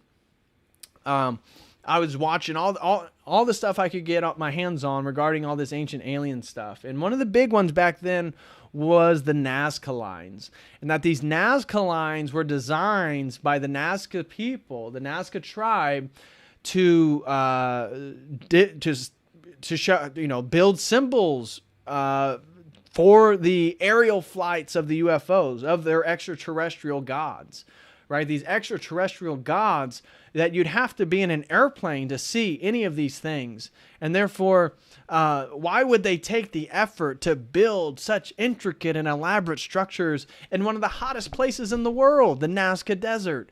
Why would they do that in this desert that is so hot? Why would they build these structures? Why would they build them? Well, according to ancient astronauts, they built them, and they're part of these ancient UFO runways that, again, which is ridiculous, because in the same breath, these ancient alien theorists claim that Baalbek was a flat platform for UFOs to take off and land on. So they didn't need a runway, but apparently the UFOs over at the Nazca lines, they needed a runway.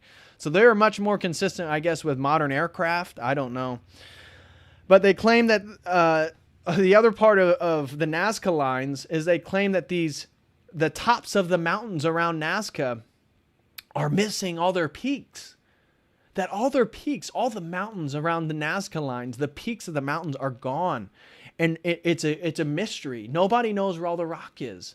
There's no rock to be found. It's not like they cut off the top of the mountaintop and we'd find rocks down in the valley. They're not there. So what was going on? What this major mystery is that the tops of the mountains are gone and all these designs are carved in the desert of Nazca. This is just proof positive of the ancient aliens. Well, what do we know? That one, let's just get to the mountain part. So if you look at the mountaintop, let's see if there's an image around the mountaintop. Here's an image of one of the mountaintops. So you see that there's a mountaintop here and it's just flat. It's just flattened right here. And they claim this is just an absolute mystery. Just an absolute mystery how this could have been the case. Nobody knows where all the rock debris went. Well, first of all, because no modern scholar says that these rocks were mountain peaks. That if you, again, just look, what does the mainstream say? This isn't a great mystery. They say, well, this is a plateau structure. So that's why if you again, not to just to look at this one, but to look at all of them around the area, they all don't have a peak because it's all just one major plateau. And those plateaus are found all over the world. And this is just another example of plateau structures in Nazca. It's not that these ancients cut off the top of the mountains and that the UFOs carried away all the rock debris. No, not at all. You'd have to be an idiot to believe that. So that's debunked right away. These are plateaus. There's no evidence whatsoever that the mountaintops were cut, destroyed, and rocks were moved. So let's get into the Nazca lines then. The Nazca lines. What are the Nazca lines and how did they make these? I mean, here's a spider right here. Look how intricate this spider is. And guys, this spider has been here for at least 1,000 years. Who knows how long? And so how has it stayed there? Well, you can make Nazca lines today. And so again, if you watch videos of people going to the Nazca Desert, you're not allowed to get anywhere near these sites. Why? Because of how easily they can be destroyed. Because the Nazca Desert has this really dark red sand. And if you just move it just a little bit, you just get a little bit below it, you'll find this much lighter dirt. That's what you're seeing. And so if you were standing next to one of these images, you would see that it's not some crazy, mysterious marvel. Is that literally a few people could go around and just start moving debris out of the way about this wide, about that deep, and you could form a structure that looks just like this. Looks just like this. You and I could go down to the Nazca Desert today and we could draw our Orthodox cross in there. And that'd be again, the UFOs depicting some mystery, to humanity. Well, we can do it ourselves. This is not a mystery. It's not a mystery whatsoever. And the reason why they're preserved so well for such a long period of time is because the Nazca Desert is one of the hottest, most dry places in all of the world. Right? We have Death Valley here in the United States, but this Nazca Desert is extremely hot, and very, very, very little weather ever comes through there. Therefore, it can preserve things like this for extremely long periods. And so it's one of the one of the driest places in the world, and that's why they've lasted for so long. The locals, and also, so then they say, well, why did they choose the shapes they did? Why is there monkeys and jaguars and, here's a jaguar. Why are there spiders? Why is there a circle? Here's a spiral, almost like a snail shell. What were they doing? Well, again, ask somebody who studies Nazca religion. Ask any scholar. They say, well, we know that the Nazca tribe they worshipped animals and they worshipped these nature spirits and they would sacrifice people to these nature spirits. It wasn't a joke. And that the Nazcas loved to cut people's heads off. Again, you can find this in the documentary I shared, that we know that Nazca's, the tribe was very, very prominent in human sacrifice to these nature spirits. That's what the spider is. That's what the jaguar is. That's what all these the birds You know, here's a bird depiction of the Nazca lines. That's why they created these things, is because they believe them to be gods, and therefore they believe their spirits to ultimately be in the sky. And so to appeal to these nature gods, they would draw these images in the desert, and they believed by venerating them every year, by again, the whole tribe going out there and pilgrimaging and walking around in the desert, in the heat, around these images, that the gods would show favor on them, and so their crops would grow. You know, they would have longer lives. They wouldn't be attacked, you know, for example, by a jaguar or something like that, that they could appeal to these gods. And the one thing that they would do is they would have slaves, or if they captured somebody, they would cut your head off and just sacrifice you to these nature spirits.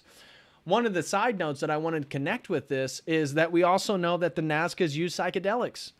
We know that they were into ritual inebriation. And so just like the Aztecs, who also were into mushroom use, psilocybin mushroom use, well, maybe that starts out real fun, it starts out real light, but as a religious tradition, where did all that mushroom use go with the Aztecs? Just like with the Nazcas, cutting people's heads off, sacrificing their slaves to the gods. And so when you look at the Aztec pyramids, you know, you can, there's multiple movies that have been made about this. I forget the one, what was it, like BC or something, the one that Mel Gibson directed. That's a pretty good one where the guy escapes. But the Aztecs, they would take their slaves, they would walk them all the way up to the temple, they would wash them, they would ritually purify them, and then they'd cut their head off, they'd let their head fall down the temple, and then they'd push their body, or they'd drink their blood, or do all this crazy stuff. And when they would do it, often they were on psychedelics, often they were tripping their ass off. And so therefore, we have a historical example with the Aztecs, and we have another historical example with almost the same practices here with the Nazca tribe. So again, no need for aliens, no need for ancient astronauts, no need for flying devices that they're trying to signal into the sky. No, it's because they believe the spirit of the spider, they believe the spirit of the bird, the spirit of the jaguar, which they believe to be God, is ultimately in the sky. And that's why they drew them so big in the desert, so that the gods would see them in the sky. Nothing to do with aliens whatsoever. So, all right, just hopping back over here on YouTube, guys. Hope everything is going good. Smash that like if you guys can. I would greatly appreciate it. And we will just mosey on our journey here. So what's the next thing I wanted to share with you guys is the Tolima jet. What is the Tolima jet?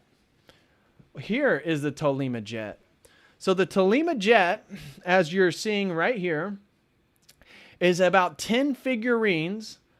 Here, let me pull this up here and see if anything pops up.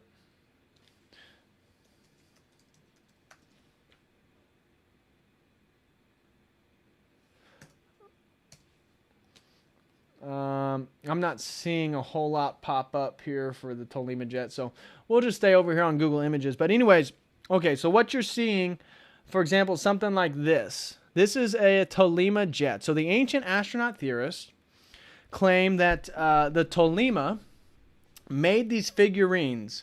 And now, mind you, they made thousands and thousands of these figurines, but the ancient aliens are fixed on 10 of these figurines. So only 10, which they believe, or they claim, that the Tolima are signifying their relationship to these extraterrestrials and their flying objects.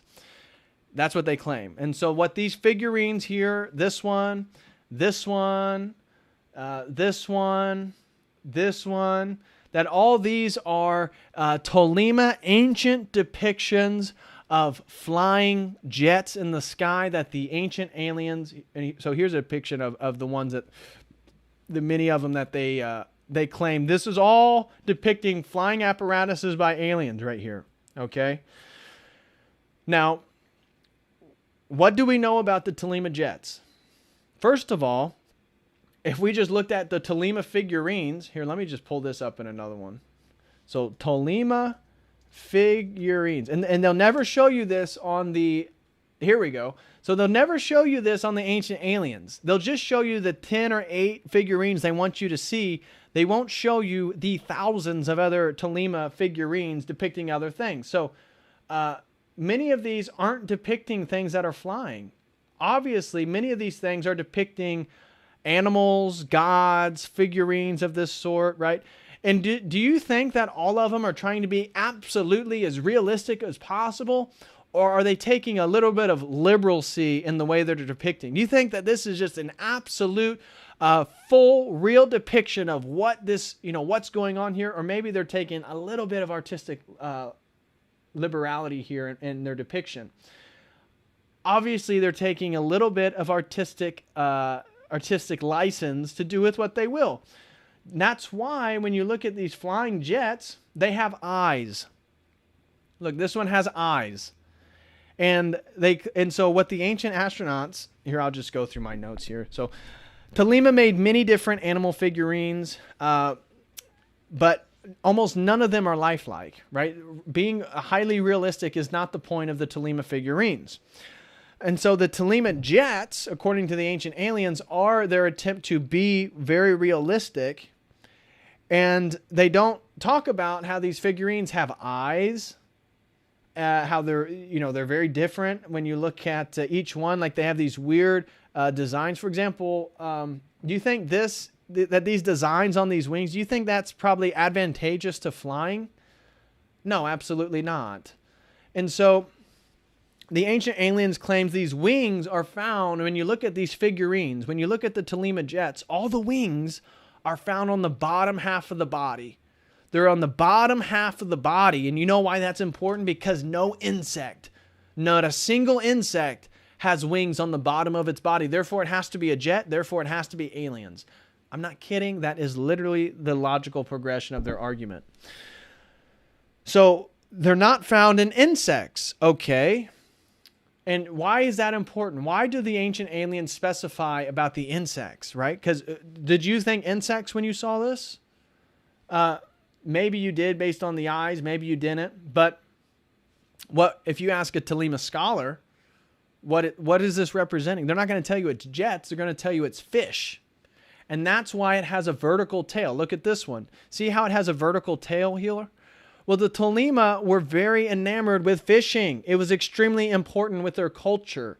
Fishing was a major way in which the tribe was fed.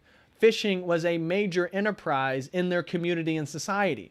So you think, along with all these other figurines depicting gods and other things that are very important to their society, that these are flying apparatuses, or that they're artistic, liberal depictions of fish that may have been important to their culture. And that's what any scholar would actually believe them to be. That they're most likely fish with a vertical tail. Has nothing to do with flight. Has nothing to do with flight. And so it's really interesting is, again, this was shown in the documentary. So the ancient astronaut theorists, they said, you know what we're going to take just to show you how realistic the Tolema jets are. We're going to take an example and we're going to make a remote control airplane to show just how aerodynamic it is. So the Tolema jet remote control plane. So where's it at? Dang it, it's not going to show it. It's not going to show it. Oh. So if you watch the documentary that I shared with you guys, the ancient alien theorists actually created a remote control plane of like this one here. And they say, look, we're just going to make it to scale. But when you actually look at the plane, they've altered it completely. Yeah, there's a few things that they have that look similar, but they gave the wings curvature. They added a propeller. They did all these different things to make this remote control plane be just like the Tolema jets and show you how it flies. Is that oh, here it is. This is the remote control plane right here. So here it is. Season 1, episode 1, the History Channel. So they're talking about the Tolema jets. So here's the remote control plane that they created. Look at the wings. Look at how aerodynamic they went ahead and made. Does that look like the figurines that you were looking at? Yeah, a little bit. They painted it the same color. They try to represent. There's no propeller in any of the figurines. Not a single propeller. And they also took away all the designs that would make it non-aerodynamical. So the whole thing, again, it's just such a farce. It's such a farce that it's basically funny at this point. But it's sad how many people believe it. So again, to wrap up, these Tolima jets that they claim are representing ancient alien technology are really figurines of fish, which were extremely important in the Tolima culture. And that's why out of tens of thousands of figurines, the ancient aliens only focus on 10 figurines. 10 figurines that they claim are depicting ancient flight technology like this one. But if you ask any scholar studying this culture, they say, no, it has nothing to do with flying jets or planes. These are artistic depictions of fish. And then they show the type of fish that they were fishing for, and they have very similar structures. So again, we find a total non sequitur with the Tolima jets. So the next one that I wanted to get into is the Egyptian light bulb theory. Now, I'm sure you guys have probably heard this one right here. That the Egyptians, one of the ancient alien claims is that the Egyptians had electrical technology. You see, you didn't know this because you're living in the backwards time, but our ancient Egyptian ancestors, you see, they didn't light torches when they went into the pyramids. No soot on the roof, no evidence of lighting torches. What they use are these light bulbs. You see, like, and here is a hieroglyphic depiction of how they lit the interior of their of the chambers and of the pyramids. This is what they claim. So here's the hieroglyph that they try to use. Now what do the ancient aliens claim? They claim that there's no soot on the roof of the ceilings of the pyramids. And so is that true? Absolutely not. Outright lie. It's an outright lie. You can go just search soot removal, modern renovations to ancient Egyptian pyramids. They'll tell you that they found a recent renovation cleaned the ceiling of one of the pyramids, and they found that it was actually colorful, that the Egyptians had colored the ceiling and that all the hieroglyphs were in color, and they hadn't known that for hundreds and hundreds of years because it's been covered in soot, because whoever went in there had a torch to light the way. And so the main premise then, the very beginning premise of the ancient alien theory is that there's no soot on the roof. It's an absolute lie. It's an absolute lie. There is soot on the ceilings of the pyramids, of the temples in Hermopoli, the temples of Amun-Ra. Almost all the temples, all the pyramids actually have evidence of soot from actual flames, actual fire being lit to light the way. And so modern scholars say that for hundreds and hundreds of years, there's been black soot entirely covering the roof, that they didn't even know that there was colored hieroglyphics underneath. So now, in regards to this relief here, which they're claiming is a visual depiction of their of this light bulb, well, how do we understand this? That this is the Egyptian depiction of creation. What would an Egyptian scholar describe this as? What does modern Egyptology say about this image? Well, they don't say that it's a light bulb. What they say is that this is a hieroglyphic depiction of the creation itself. And so what we have is first the lotus flower, because in Egyptian mythology, the first thing to emerge out of the nothingness, right? They believe that there was just a water of nothingness before anything was created. And the first thing to emerge was the lotus flower. Why do they say that? Because again, when the Egyptians watched nature, this is called natural theology, and this is why it's a bad place to start. But when they watched nature, every morning, the first thing to spring up out of the water was the lotus flower. And at night, the lotus flower would close up and go back underwater. And so when they saw this, they said, well, the lotus flower must be the perfect example then of the first piece of creation. That from the lotus flower, everything else emerges. And so from the lotus flower emerged autumn, Atum. Atum. So again, that turns into Atum Ra, the name of a very powerful, the creator god. And Egyptian mythology is tough because depending on what dynasty you're in, again, mythology changes. So the gods they venerate changes, the names of the gods changes. At this time, they believed it was just Atum. And then later that became Atum Ra. They paired that with Ra, who was again part of another solar cult in Egypt. But Atum, how was Atum symbolized? How was Atum symbolized? Well, Atum was always symbolized by a serpent. And they believe that the serpent, again, was the first visual depiction of the creator god, of Atum. And so what do we have here?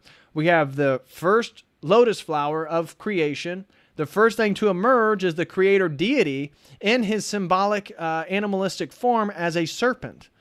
Okay, but if I'm an ancient alien theorist, I'm saying, well, what about this big bubble? What about this big bulb around it? You see, that's why it's a light bulb.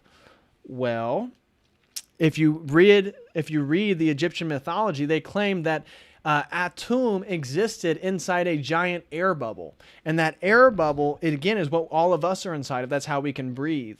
And so according to the mythology, emerging out of the lotus flower is the serpent of Atum, which is inside an air bubble. And this air bubble, again, is the air bubble in which all of us reside within. That's how we breathe. That's how we're here right now. That's how we stay alive.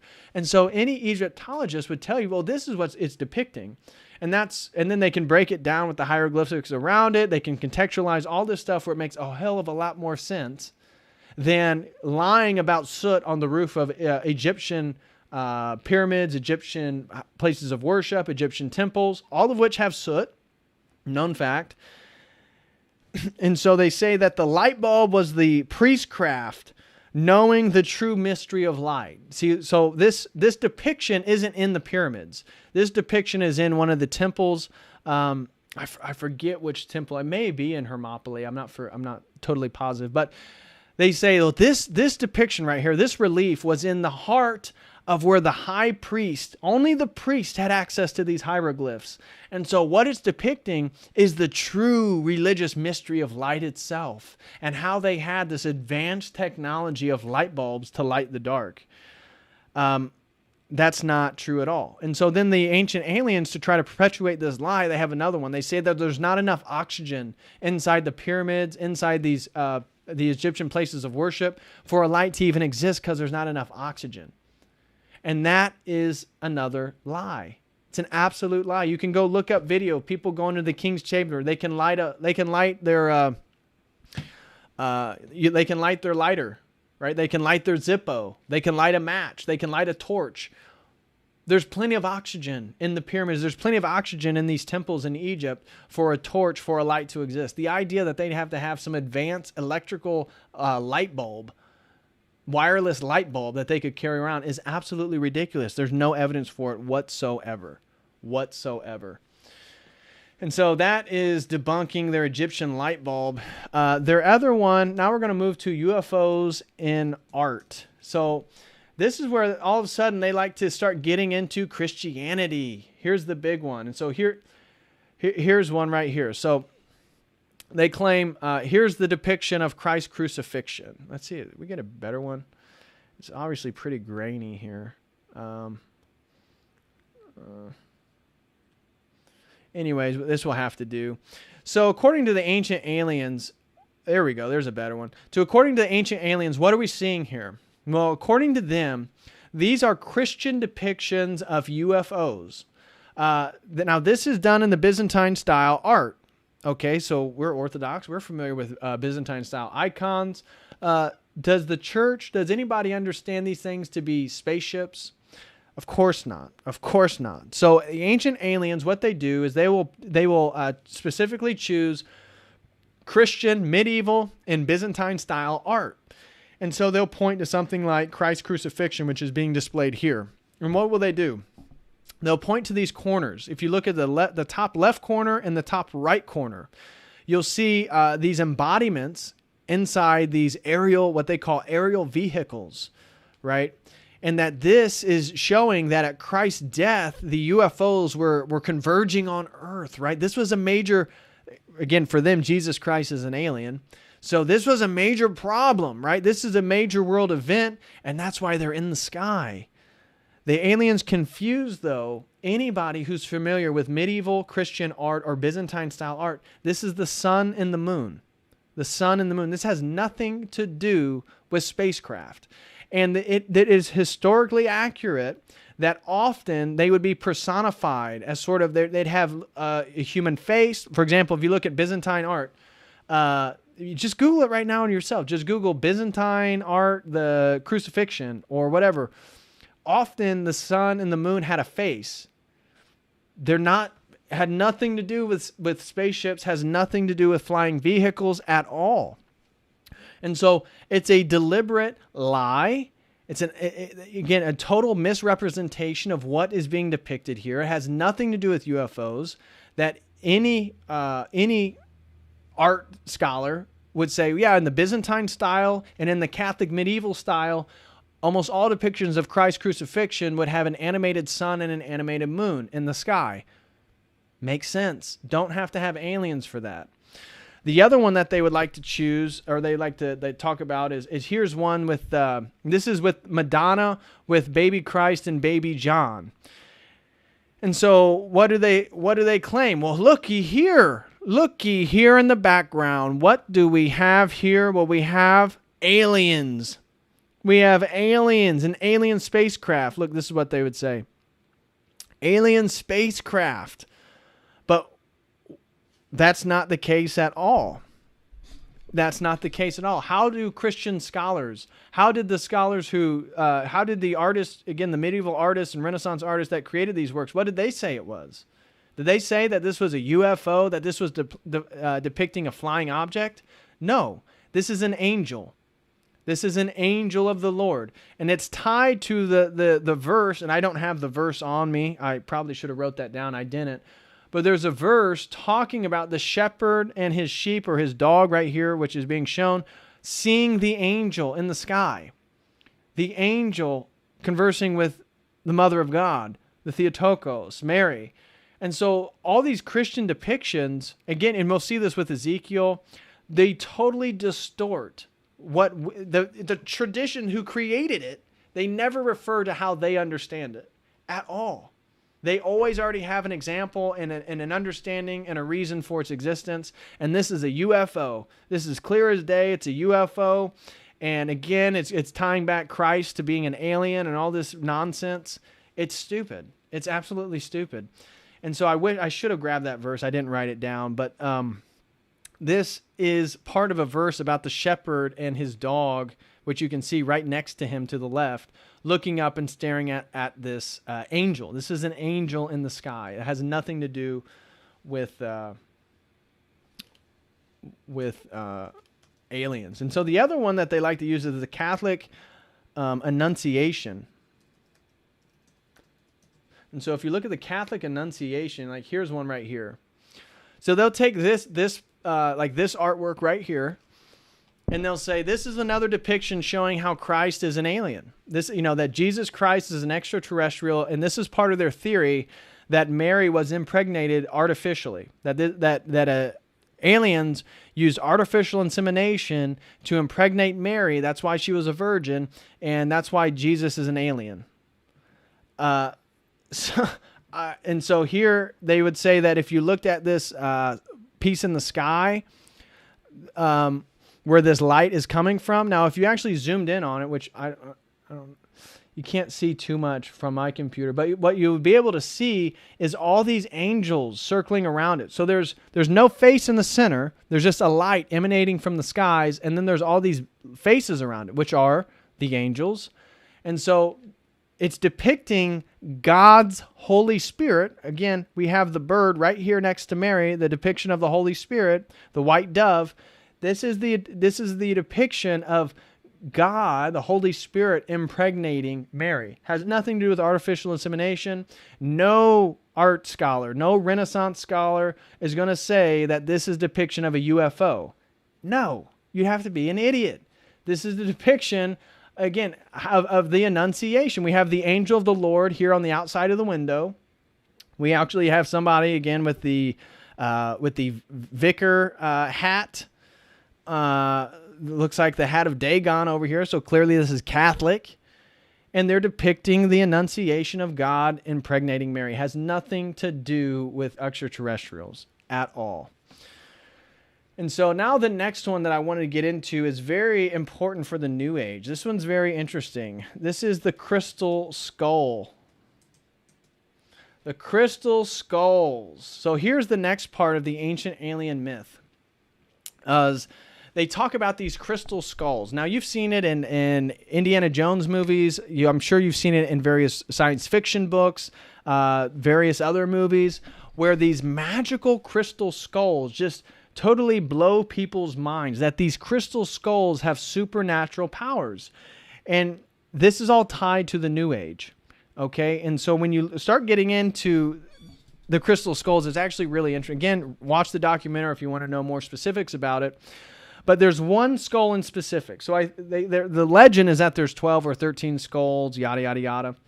But one of these skulls was on display at the at a British museum for a long time until it was disproven, I believe in the 50s. I believe it's like 1958, that eventually it was proved to be a fake. It was proved to be fake.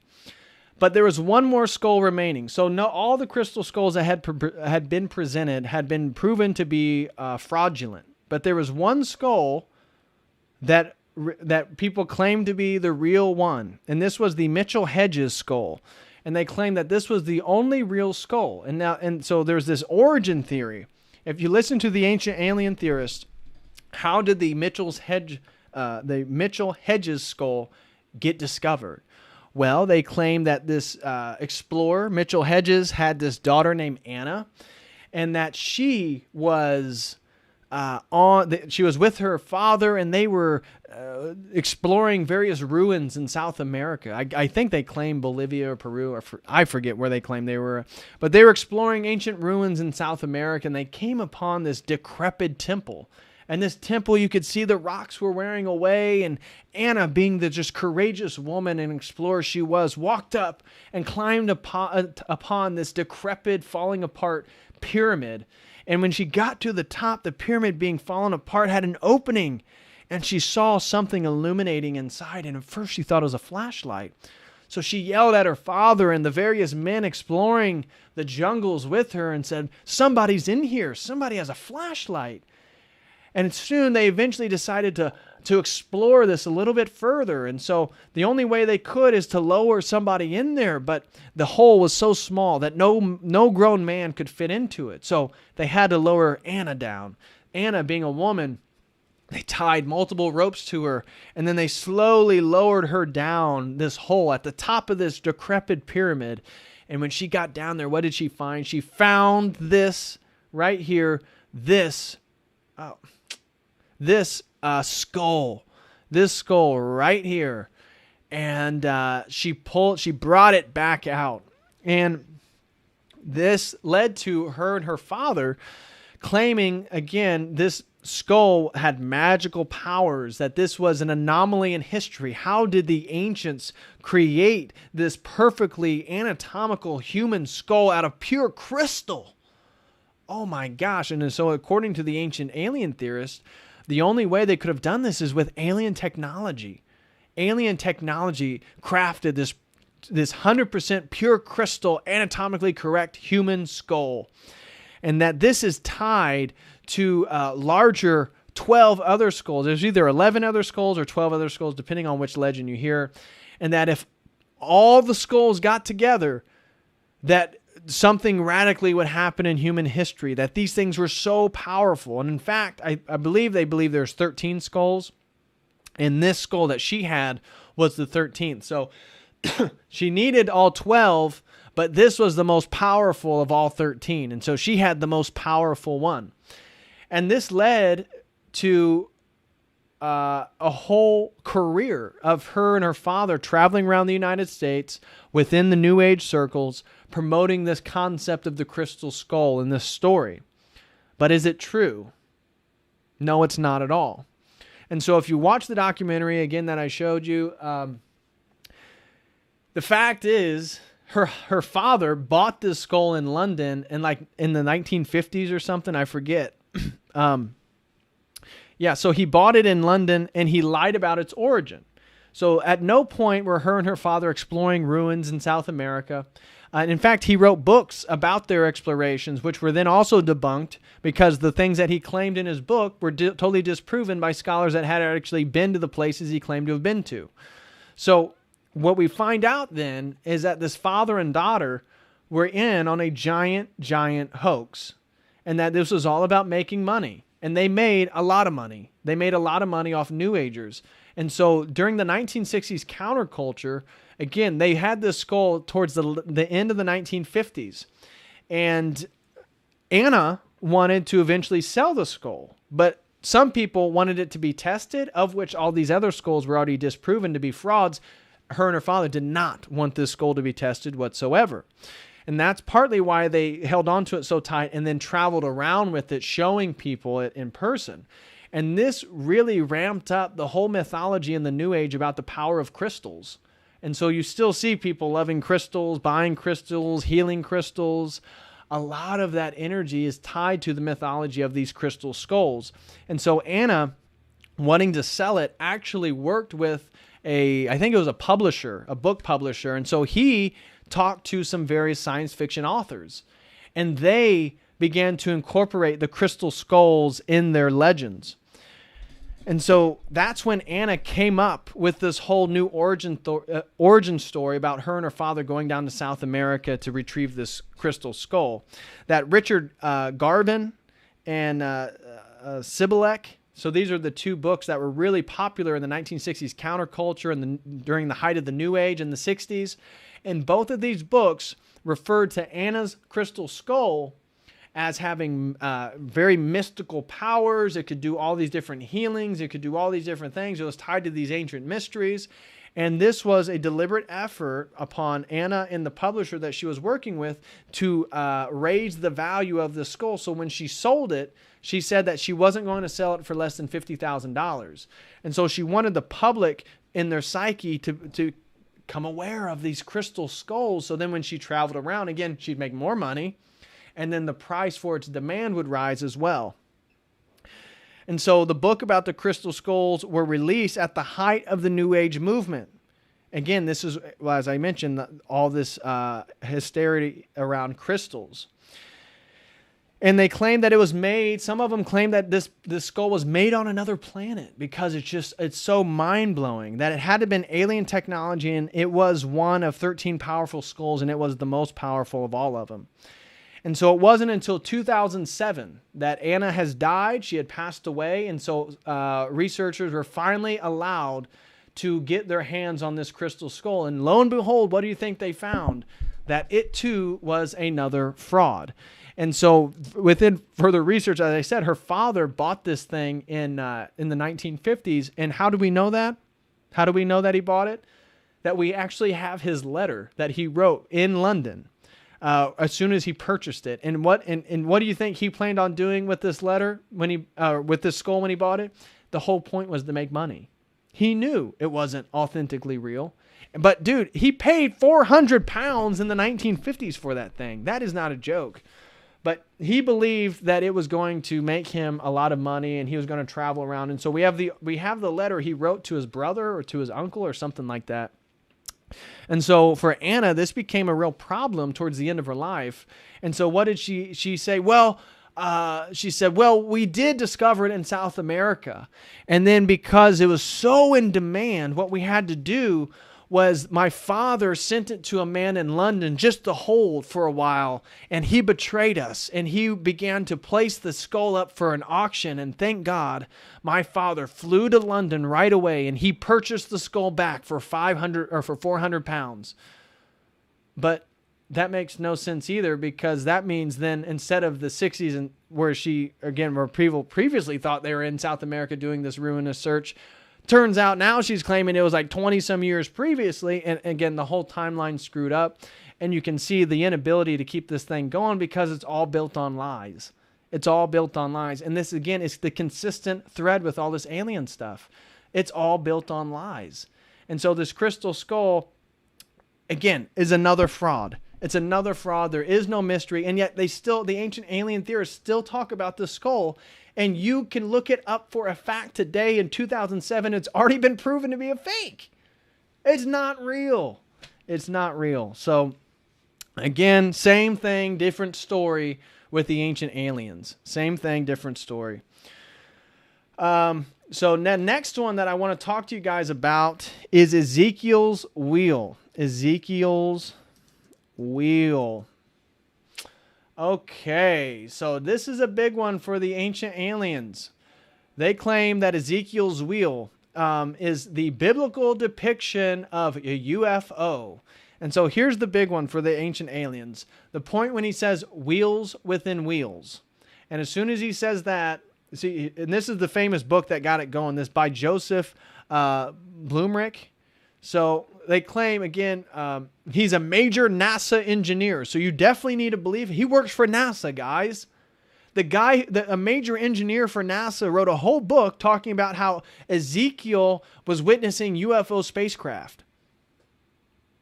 And for a gentleman, again, they tell you that this man was a genius. This Joseph Blumrich, he was a genius, and this is how the ancient alien theorists present it. And he came to the conclusion that this stuff really was part of these ancient alien technologies. When he read Ezekiel, he could see the true meaning of this passage. Now, in his book, and this is where the ancient aliens claim that Ezekiel was witnessing the enemies of God. The enemies of God.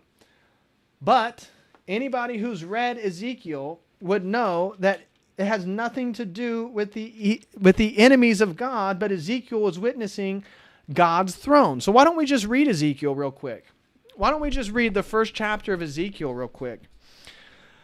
So tell me, because if you watched Ancient Aliens, they present such a framework that, again, people fall victim to this crap. But if you've actually read Ezekiel, if you know what Ezekiel is, if you know anything about Christian theology, as soon as they tell you that Ezekiel's witnessing the enemies of God, you should scratch your head. No, I've actually read that, and it clearly says he's having a vision of God. That's one of the things that makes him such a profound prophet. And Ezekiel paid very close attention and detail. That's another thing that's noted in his book is the detail-orientedness of Ezekiel's message. So let's just read Ezekiel 1, and you tell me if Ezekiel is witnessing an extraterrestrial spacecraft of the enemies of God, or the other example, that he's actually witnessing the throne of God himself. So let's read real quick. This is Ezekiel, and then so right here in the Orthodox Study Bible, what's the subtitle of chapter 1? Ezekiel's vision of God and the four creatures. So clearly not the enemies of God. And now it came to pass in the 13th year, in the 4th month, on the 5th day of the month, as I was in the midst of the captivity by the river Chabar, the heavens were opened up, and I saw visions of God.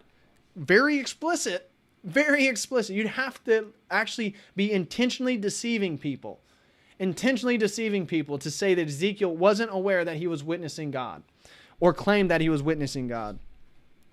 On the 5th day of the month, in the 5th year of the king Jehoiachin, captivity, I'm not sure how I pronounce that. The word of the Lord came to Ezekiel, the priest, the son of Buzi, in the land of the Chaldeans by the river Chabar, and the hand of the Lord was upon me.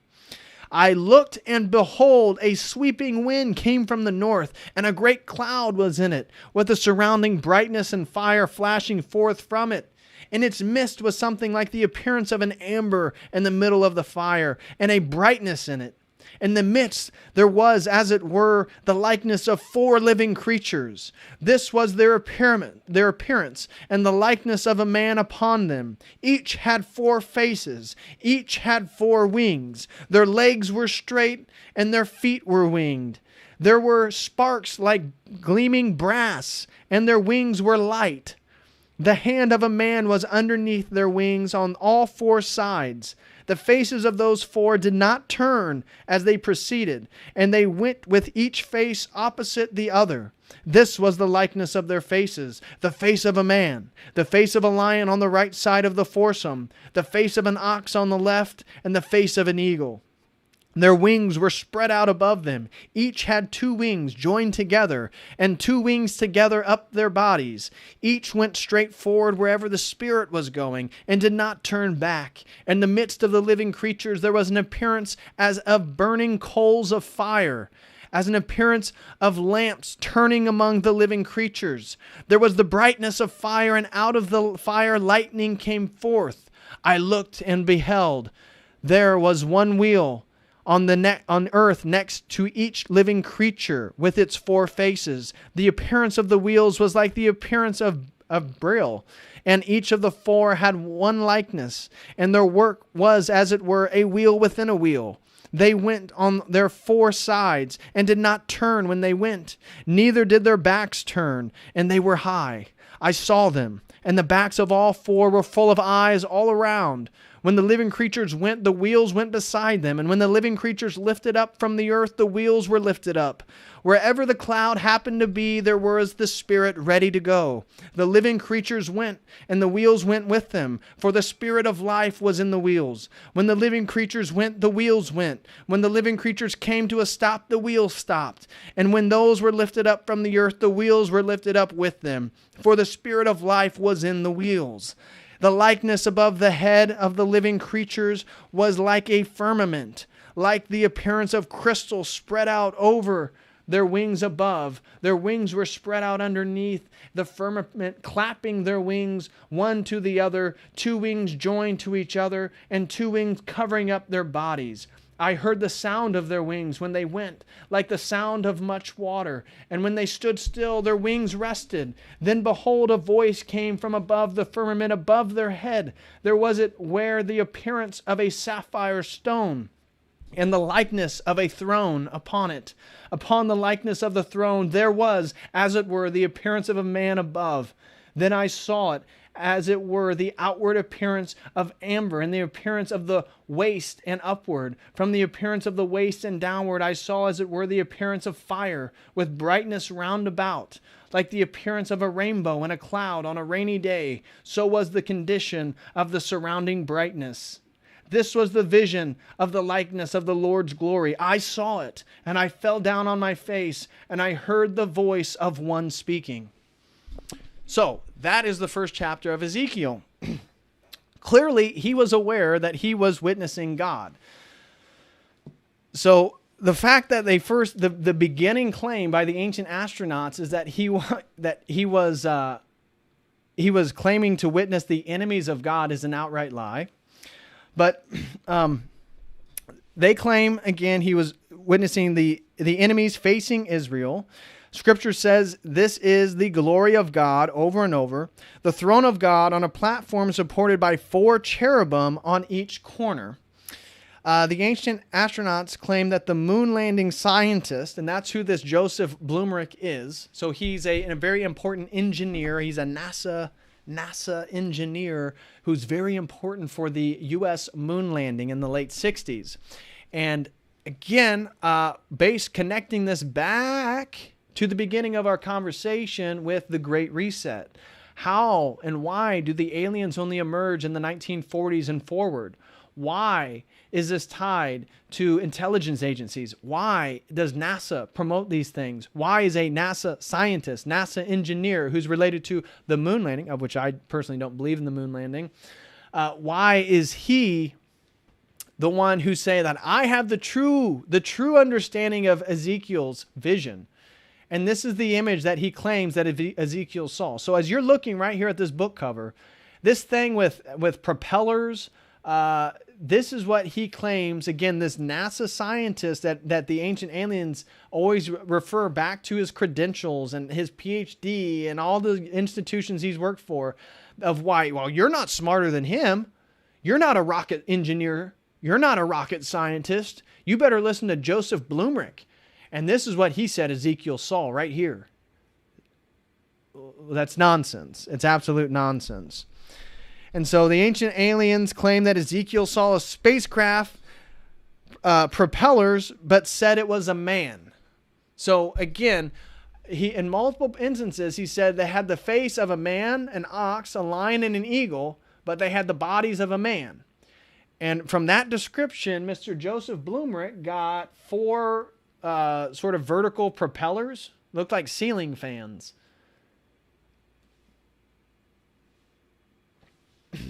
Again, same thing over and over. And so this is another trick that the ancient alien theorists use is the words that they use. So again, if you aren't as critical, if you weren't familiar with Ezekiel, if you weren't Christian, and you just heard all this stuff, and they start telling you about Joseph Blumrich and all his credentials and his book and how smart he was and all this different stuff, you'll start believing it.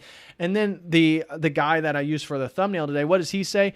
Oh, well, you know, what Ezekiel was seeing, what he was witnessing was celestial energy. Celestial energy. What? That's not what he says. That's not what Scripture says. But they redefine. So celestial energy, so that can then mean any, again, you can see how once Ezekiel's vision goes from the throne of God to celestial energy, if the way you keep describing it as celestial energy, you can see how, again, people who aren't nuanced, people that know better will say, oh, okay, I can see how that's related to a spacecraft. Yeah. Oh, okay. Wow. Yeah, I see that. Total nonsense. Total nonsense. And so is there any evidence of any Hebrew who claimed that was the correct interpretation? Is there any evidence throughout history that the way people interpreted Ezekiel's vision was a spacecraft, was an extraterrestrial, was anything but God? No, there's not a single example. So clearly the ancients knew this was about the throne of God, because every artistic or literary reference to Ezekiel chapters 1 through 3 says this is the throne of God. And so the whole basis for the wheels within wheels, they claim this is direct evidence that this has to be some type of supernatural flying machine. Wheels within wheels? You mean, again, like a UFO saucer, like a flying disc? No. Wheels within, that doesn't have to mean a UFO. But again, for them, the way they present this stuff is that wheels within wheels equals a UFO type craft. It does not at all. Again, they just mislead people. And so the last thing that's totally ridiculous about this, now let's just give Joseph Blumrich his argument. Let's just give it to these people. So what they're claiming is that a coal-powered engine with 4 propellers like this can travel through space, interstellar travel. That itself is another ridiculous claim that nobody would think is true. So even if, which again, he's totally misrepresented the book of Ezekiel, but let's just say his argument is true. He's saying this thing right here with 4 propellers, which is powered by coal. It's a coal engine, according to Scripture. That it can space travel. It can have interstellar travel. Here's another depiction of it. You have to be kidding me. You have to be kidding me. It's so ridiculous. It's so ridiculous. So that is how they totally misrepresent the book of Ezekiel and claim that he is again referring and proving the ancient astronaut theory. Total lies and nonsense, outright malicious. And this is really, from my point of view, this is how you know it's from Satan. It's how you know this stuff is from the evil one. Because time after time after time, they're all built on lies. It's all built on malicious deception to deceive people. Why do they want to deceive people so bad? Why do the powers that be want so many people to believe in aliens? I think that's the more important question, of which I think most of us already know why. And I try to answer that at the beginning of the stream. But anywho, the next one I want to get into are the ancient nukes. Ancient nukes and ancient alien. This is a big one. This is a really big one. Because where does this come from? So the ancient nukes, the ancient aliens claim that the Mahabharata Again, this might be a new term for you guys. I do recommend you putting this in your back pocket if you don't, if you're not familiar with it. This is the Mahabharata. This is a very, very important epic in Hinduism. This is arguably one of, if not the largest single poem in the world. So here's what is Wikipedia's description. The Mahabharata is one of two major Sanskrit epics of ancient India, the other being the Ramayana. It narrates the struggle between two groups of cousins, the Kuru-Kshetra War, and the fates of the Kauruva and the Pandava princes and their successors. And so according to ancient aliens, the Mahabharata, which again is 200,000 verses, they claim that the Mahabharata is it describes nuclear warfare. And so what is their evidence for the Mahabharata describing nuclear warfare? Well, the ancient alien theorists say that the Mahabharata describes an explosion that's as bright as 1,000 suns. And so the ancient alien theorists say, well, what else could be as bright as 1,000 suns? It would have to be nuclear warfare. That people, again, it describes people losing their hair and losing their nails due to the explosions and the events that occurred, claiming this is obvious radiation poisoning. We know what's happened here. This is radiation poisoning. They also claim that if you look, scholars at Mohenjo-Daro, this is where they claim this nuclear blast took place. Mohenjo-Daro. So if you're not familiar with this place, this is actually a pretty important place to know about. So Mohenjo-Daro is, I'll just read it real quick, is an archaeological site in the province of Sindh, Pakistan, built around 250,000 BC. So 2,500 years before Christ. Okay, so we're looking at least 4,000 years old. And this is why it's referred to as one of the oldest cities known to man. Of course, there's more now. Turkey has one that's claimed to be much, much older. But Mohenjo-Daro is in the Indus Valley civilization. It's believed this city was built when the Aryans came in. I'm not reading this anymore. I'm just telling you. So when the Aryans came, told you who don't know, again, this is why the Nazis were so interested in Tantrism and Hinduism and tantric forms of Tibetan Buddhism, because of the Aryan connections to all this stuff. So Aryans came into India, mixed with the local groups, and they believe that that's when these civilizations, the Vedic periods, that the whole Vedas themselves, this is all tied to the Aryans coming into these areas. So this city, now remind you, is built of mud blocks. Let me get a photo here. So here's Mohenjo-Daro. Here's the city. Okay, now this very ancient city. Now this is also built in a very, very hot and dry place, but Mohenjo-Daro, the ancient aliens claim, is the site of a nuclear blast described in the Mahabharata. And so what's their evidence? I told you the Mahabharata reference to light as bright as 1,000 suns. They also refer to the people losing their hair and nails. And they also refer to skeletons that are found at the site that appear to be died at the exact same time, and they were holding hands, just as if an atomic explosion had gone through here and killed them together. So, funny enough, imagine this. Oh, and then they claim there's nuclear glass. Those are the four main points that the ancient aliens claim about this site and how it relates to the ancient alien theory, is that the two references to the Mahabharata, the fact that there's what they claim to be skeletons all over the place, found together, dying at the same time, holding hands, and that there's nuclear glass at the site. So let's deconstruct these one by one. Let's begin with what is being said that's in the Mahabharata. Again, here's the Mahabharata over here. Does the Mahabharata ever refer to an explosion as bright as 1,000 suns? No. And that's why the ancient aliens, in any of their books, almost all their books, including in some of the Zachariah and Sitchin stuff, they'll claim they'll claim that that this is in the Mahabharata, but they'll never tell you where at. And again, this book, it's huge. This is a ginormous epic. So you could spend a lifetime trying to get through there and trying to find the point in which they're talking about. But some scholars are actually know what they're talking about. So they say 1,000 suns. That's not in the Mahabharata.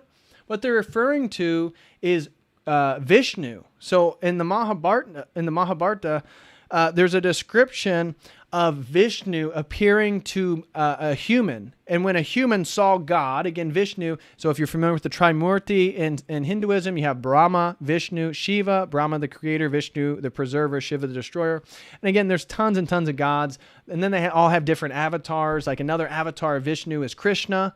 So it's another representation of the same God, but it's a different God. So it can get complicated, but sticking with the Vaishnavites, these are people who worship Vishnu, just like the Shivites worship Shiva. So the Vaishnavites, the people who venerate Vishnu, believed that according to the Mahabharata, when people saw Vishnu, his presence, a god, was as bright as 1,000 suns. Okay, that has nothing to do with an explosion. It doesn't have anything to do with the war. Again, the Mahabharata is describing a war between two groups. It has nothing even to do with the war itself. It has to do with somebody describing the vision of Vishnu, of God.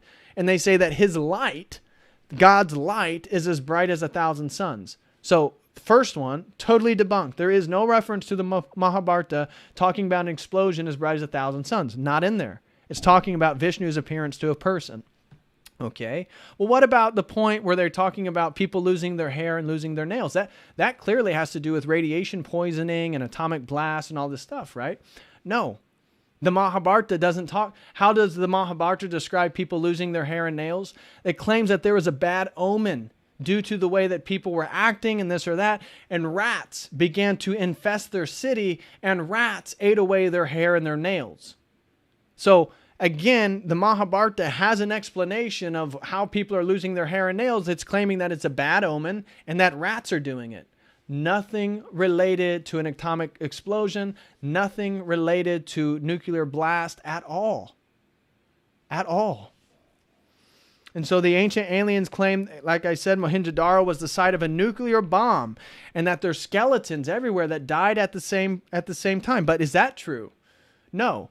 If you look into it, watch the documentary that I was referring to, the only skeletons they found around Mohenjo-Daro, here is Mohenjo-Daro, there's only 37 skeletons. There's only 37 skeletons that they found, some of which, again, the ones that the ancient aliens will show, yes, it looks like they're right next to each other and it does kind of look like they're holding hands. But within those 37 skeletons, the only ones that have been found, some of them are thousands of years apart. So the idea that they were all died at the same time, again, totally debunked. It's a lie. It's an outright lie. It's not true at all. And so what else do they claim? That there's no evidence of scavengers, right? So that's because of the radiation. They claim this site has high radiation levels, which is also another lie. It has some radiation, but that's also because it's in one of the hottest places in the world. Again, just like the Nazca lines, in one of the hottest places in the world. We have Mohenjo-Daro, again, another place, in one of the hottest places in the world. And just imagine this nonsense. They're claiming a nuclear blast went off. Do you understand that all those bricks are made of mud? They're made of mud. So again, they're trying to tell you an atomic explosion went off and all those mud bricks weren't affected. They're telling you that an explosion that is as bright as 1,000 suns occurred that killed everybody on site immediately. But all the mud bricks are still in place. You literally have, your brain has to be broken. Your brain has to be broken. And so when it talks about there's no evidence of scavengers or the preservation of the bones, this is due to the fact that those skeletons weren't always exposed. This is a recent phenomenon due to soil erosion, and that according to all the archaeologists that do work at Mohenjo-Daro, they say, well, no, these 37 skeletons we found, all of which are at different points, were all buried in traditional ways. They were all buried. That's why there is no evidence of scavengers scratching at the bones or this or that. And the way that they're preserved is because they're in one of the hottest places, one of the most arid, hottest places in the world. And so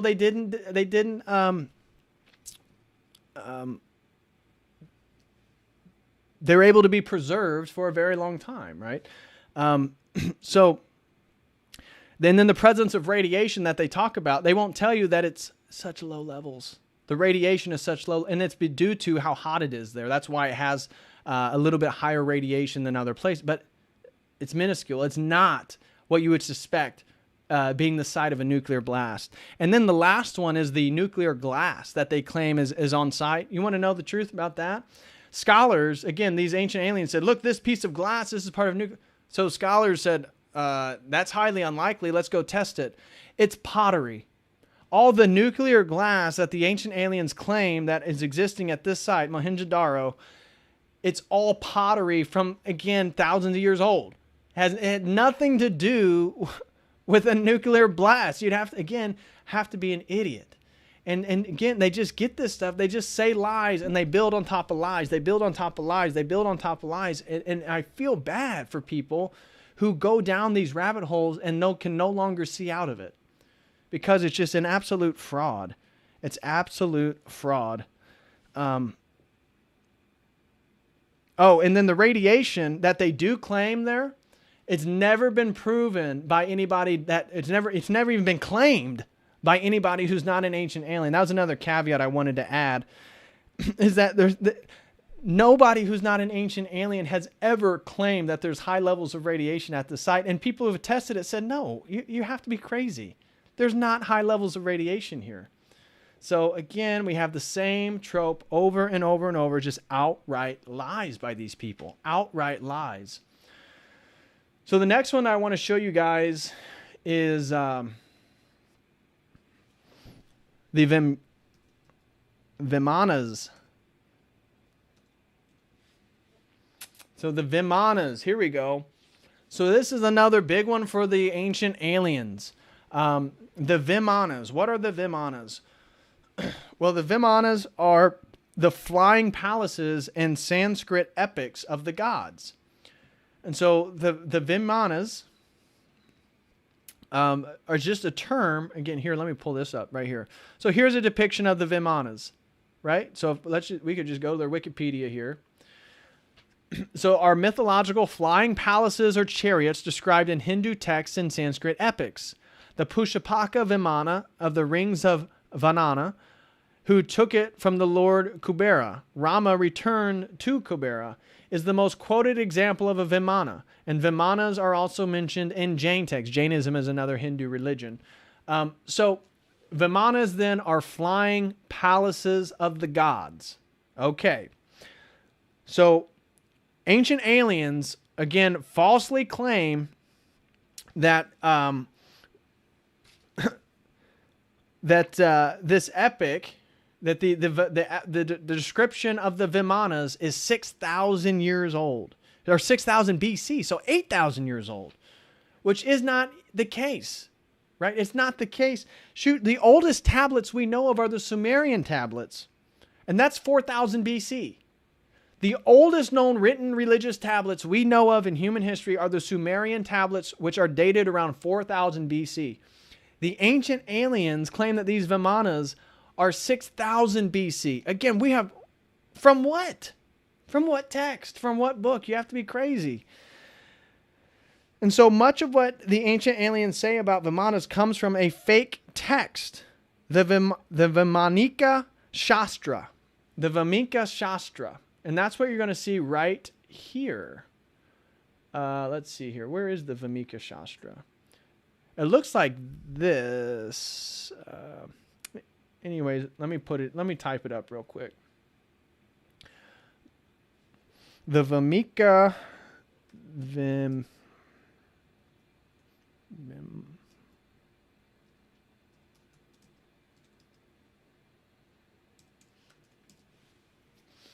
Here we go. The Vamika Shastra. This is the text that they get their whole theology, this whole mythology around these flying palaces. It all comes from this text. Now, again, they're claiming this is 6,000 years old, right? At least. They're really claiming it's 8,000 years old. So they're claiming that this information about these flying palaces is older than the Sumerian text. Okay, so what about this text that is the main basis for everything the ancient aliens claim about the Vimanas, the flying palaces in Hinduism? What's the origin of all this stuff? The existence of the text was revealed in 1952 to be by G.R. Joyser, who asserted that it was written by Pandit Subbarya Shastra. And again, he lived from 1866 to 1940. Okay, so we're talking about the end of the 19th, beginning of the 20th century. Who dedicated during the years of 1918 to 1923. A Hindi translation was published in 1959. This thing wasn't even in Sanskrit or Hindi until 1959.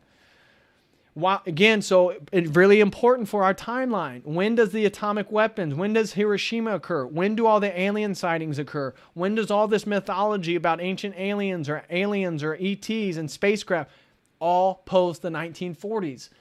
And again, we get this text being published in 1952, which is supposed to give an accurate depiction, a sort of geometric understanding of these palaces and how they flew and how are they able to move through space and time.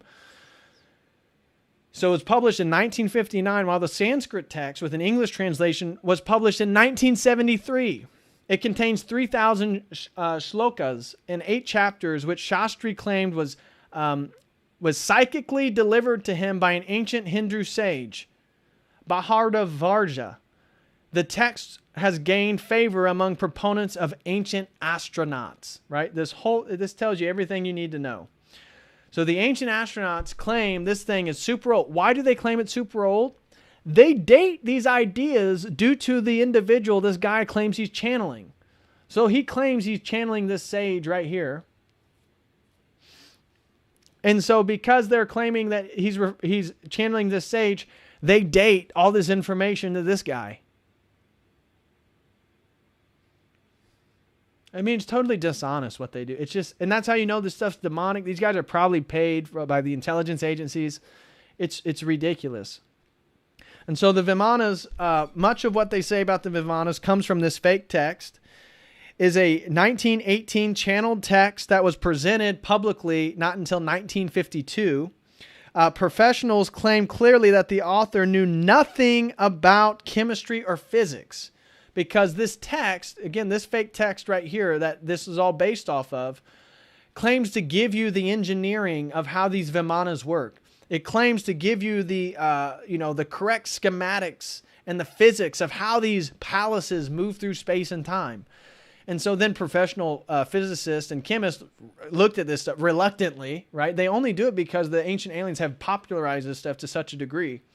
And so they looked at it and it was laughable. It was absolutely laughable. They said these people clearly knew nothing about physics. And then some of these professionals drew up the schematics. They have bodied vehicles that are so big, and then they have these little tiny propellers. And again, some of the physicists are like, these people are idiots. Like, there's no way this thing could fly at all. And they're claiming this is channeled information from on high. It's crazy. It's crazy. But this is still cited by these ancient alien theorists, that the Vimanas and the flying palaces. These professionals claim nothing mentioned would be able to fly. And this is a direct quote. The geometries were unimaginably horrendous, quote unquote. This is when the physicists actually looked at this text and what it was describing. And so the other thing is that actual Vedic descriptions of the Vimanas outside this book, this text, so let's move back to actual Vedic texts within Hinduism. None of them sound anything like UFOs, just like Ezekiel. Doesn't sound anything like a UFO, yet they totally manipulate it, distort it, misrepresent it, and all of a sudden Ezekiel's talking about UFOs. They do the same thing with the Mahabharata. Now all of a sudden the Mahabharata is talking about a nuclear explosion. They do the same thing with these Vimanas and these flying palaces in Hinduism, and all of a sudden they're talking about UFOs. It's over and over and over again. It's just outright lies. These people, I think, are... They're either ignorant or they're evil. That's the only explanations you can come to when you start looking into this stuff. It's ridiculous. It's absolutely ridiculous. So the next one that I want to get into is something that I'm sure you guys have heard of before, and this is the Anunnaki. The Anunnaki. Uh-oh. The Anunnaki. Everybody knows this is real. Everybody knows that. So for this, I highly recommend this website, sitchiniswrong.com. What? Is it no longer in effect? So Dr. Michael Heiser, who is an ancient Near East scholar, he's devoted, again, a little bit of his professional time, or really a lot of his professional time, to debunking Zecharia Sitchin. So Zecharia Sitchin, again, for most of these ancient alien theorists, they quote his work, or they quote science fiction works as if they're authoritative, like original sources, but none of them are. And so nobody, again, no ancient Mediterranean scholar has any respect for Zecharia Sitchin. The dude totally just made shit up. Like, it's ridiculous. And the fact that he has basically acquired a sort of cult following with his books, that people believe him to be some incredible Sumerian scholar, is absolutely ridiculous. Anybody who, again, Michael Heiser, who is a PhD in this area, says this guy didn't even know the basic understandings of Sumerian grammar, and yet he's writing books about translating Sumerian tablets, all of which then describe the Anunnaki wanting to mine gold, and that humans were slaves for them to acquire gold, and this had to do with alien technology and all this stuff. Absolute lies. And that's what his website, sitchiniswrong.com, but if you watch the documentary, you can go to websites and do electronic word searches of in the entire Sumerian tablets and the Sumerian text that we have, that again, Zecharia Sitchin is claiming to know and translate. You can do word searches for gold. You can do word searches for Anunnaki. So all the hot topics that these ancient astronaut theorists use, you can word search them online and read it in context, and you will see there is not a single example of the Anunnaki trying to enslave humans to mine gold. It's not there. You're not going to find a single example of UFOs or flying apparatuses or anything like that. And so the Anunnaki, again, the way that's translated is that it's princely seed or princely blood. And so, again, Zecharia Sitchin just outright lied. Every scholar knows that the translation of Anunnaki is princely blood or princely seed. Why? Because they're descendants of Anu.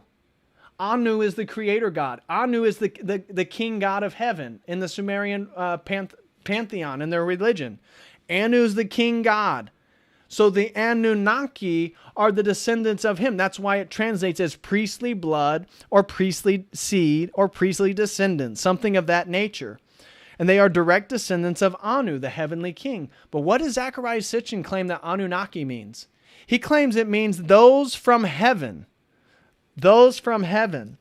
Those from heaven came, I'm sorry. So he says that Anunnaki means those from heaven came. This is in, I think, his 12th planet book. So, again, totally erroneous. Not a single Sumerian scholar says that. Only Zecharia Sitchin claims that Anunnaki translates to those from heaven came. That's not it at all. And so from Sitchin, not a single Sumerian scholar agrees with him. Every single Sumerian scholar says that this guy is an absolute fraud. He's lying because that's not what it means. And Sitchin, out of his depth, claimed that Anunnaki came down in a spacecraft. So again, there is not, and that's what, if you watch the documentary that this stuff is from, again, I can share that with you guys real quick. So here's the documentary I keep referring to if you guys want to watch this later. So that is the documentary if you guys want to watch any of this stuff later. But he claims, well, he totally mistranslates Anunnaki, and then he totally lies and says that they came in from a spacecraft and somehow this is in the Sumerian text. It's not at all. It's not at all. And that's why the documentary I just shared, I do recommend watching. You can even just go through, based on today's conversation, there's certain sections you're more interested in others. You can kind of skip through it and look at it. But when it gets to the Anunnaki stage, he'll show you how you can go on the website and you can do your own word search. Spacecraft is nowhere in there. It's nowhere in there. And so the ancient aliens falsely claim that there's known solar disk are Anunnaki spacecraft. And so let me find you an example. So let me put in Anunnaki spacecraft. You're going to laugh. I know you're going to laugh. So Anunnaki spacecraft, here's some of the examples. Here's one example of an Anunnaki spacecraft. You want to know what that is? Asher and flying disc. You want to know what that is? It's called the sun. And so the ancient astronauts, these ancient alien theorists, again, this is tied to Zoroastrianism, this is tied to Ahura Mazda. This is ancient symbolism. And it has to do with solar worship. And so they point to all this different stuff. And here's the other funny thing about the Anunnaki stuff, is that when you look at like this stuff, this is Akkadian. That half of the evidence that the ancient aliens point to regarding Anunnaki aren't even Sumerian. They keep, like, all this stuff, this is Akkadian. This isn't from Sumer. This is from Sumer. But this is Akkadian. They don't even have the right culture when they're trying to grab evidence from it, claiming that this is evidence of the flying Anunnaki. Here's another example. They claim that this is the flying Anunnaki. It's not even the Anunnaki. It's from the Akkadian. It's not even Sumerian. And so, again, the deceit is just unbelievable with this stuff. It literally is just unbelievable how deceitful they are. That's why it connects so nicely with what we believe aliens actually to be, and I believe part of a larger satanic agenda. So, like I said, they continue to show Akkadian winged beings like the one you're looking at right here, and they claim this is a representation of the Anunnaki. It's from a different culture. It's not even from the same mythology. It's not even close. And so they also claim, like, if you look at, again, this isn't Akkadian, this isn't even Sumerian, but if you look at his wrist, you can see a little something on his wrist here. Let's see if this one has one. Yeah, so you can see a little something on his wrist here. You can see a little something on his wrist here. These are all Akkadian examples, but they claim that they had wristwatches. Yes, the ancient aliens claim that these Anunnaki, because they were so advanced, they had wristwatches because they had cosmic time. It's so stupid once you look into it. It's crazy. So they falsely claim that this is all about mining gold, but not a single example in any Sumerian text insinuates that the Anunnaki wanted to mine gold, use humans as slaves to mine gold, or that gold had anything to do with their cosmic extraterrestrial mission, or that they were related to their spacecraft, which has also been theorized about how their spacecraft flew, this or that. So that's why I recommend that document, because you can look it up yourself. Not a single example. Not a single example. It's just all lies. And so Dr. Michael Heiser has proven Sitchin to be flat out wrong. And he shows you, if you watch the documentary, how to do electronic word searches yourself. So you don't even have to believe him. You can go look it up yourself. And so the last one, where they get this whole mining gold thing, is again an outright lie from Zecharia Sitchin, where he claims that Ea, a Sumerian god, Ea, which is translated the Lord of Wisdom. Any Sumerian scholar who knows these dead languages would say Ea was a deity referred to as the Lord of Wisdom. But how does Zecharia Sitchin translate the Lord of Wisdom, which is agreed upon 100% by Sumerian scholars? Well, Zecharia Sitchin says he's the Lord of Mining. So from there, then he builds his whole story, this whole mythology about the Anunnaki and mining gold. It's not there. It's not there. And again, maybe to give Zachariah Sitchin the benefit of the doubt. Maybe his Sumerian skills of the understanding of the language were that bad, and he was convinced that he was doing a correct translation. But in light of actual people that are actually credentialed, that actually do this stuff and write books about it for a living and are peer-reviewed by other people who know the language, nobody agrees with Zachariah Sitchin, and many of them believe that he was just an outright fraud and a liar. So that's how many people feel about it. So that's the whole section on the Anunnaki. The Anunnaki. And now the next one is the Nephilim. I'm sure you are familiar with that. So the Nephilim. The Nephilim in the Bible refers to angels or heavenly entities finding human women very beautiful and ended up sleeping with them and producing what the Bible refers to as giants. And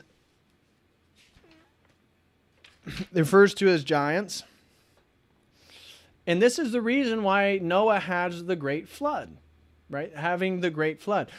And a side note regarding this even section is like the astronaut or the ancient astronaut or ancient alien theorists claim that Lamech, the father of Noah, claimed he didn't impregnate his wife and that it wasn't him. And so whoever impregnated his wife, well, that was probably one of the Nephilim. That was probably an extraterrestrial, right? When again, scripture doesn't say that at all. Yes, Lamech questions his wife when she is pregnant with Noah, but then she says and reminds Lamech when they copulated to have Noah. And so Noah is representative of mankind in the great flood to kill out the Nephilim because they were attacking and destroying humanity and they're about to outnumber them or make mankind extinct. And so because of that, we have the great flood. And this is why Noah was important and he was the son of Lamech.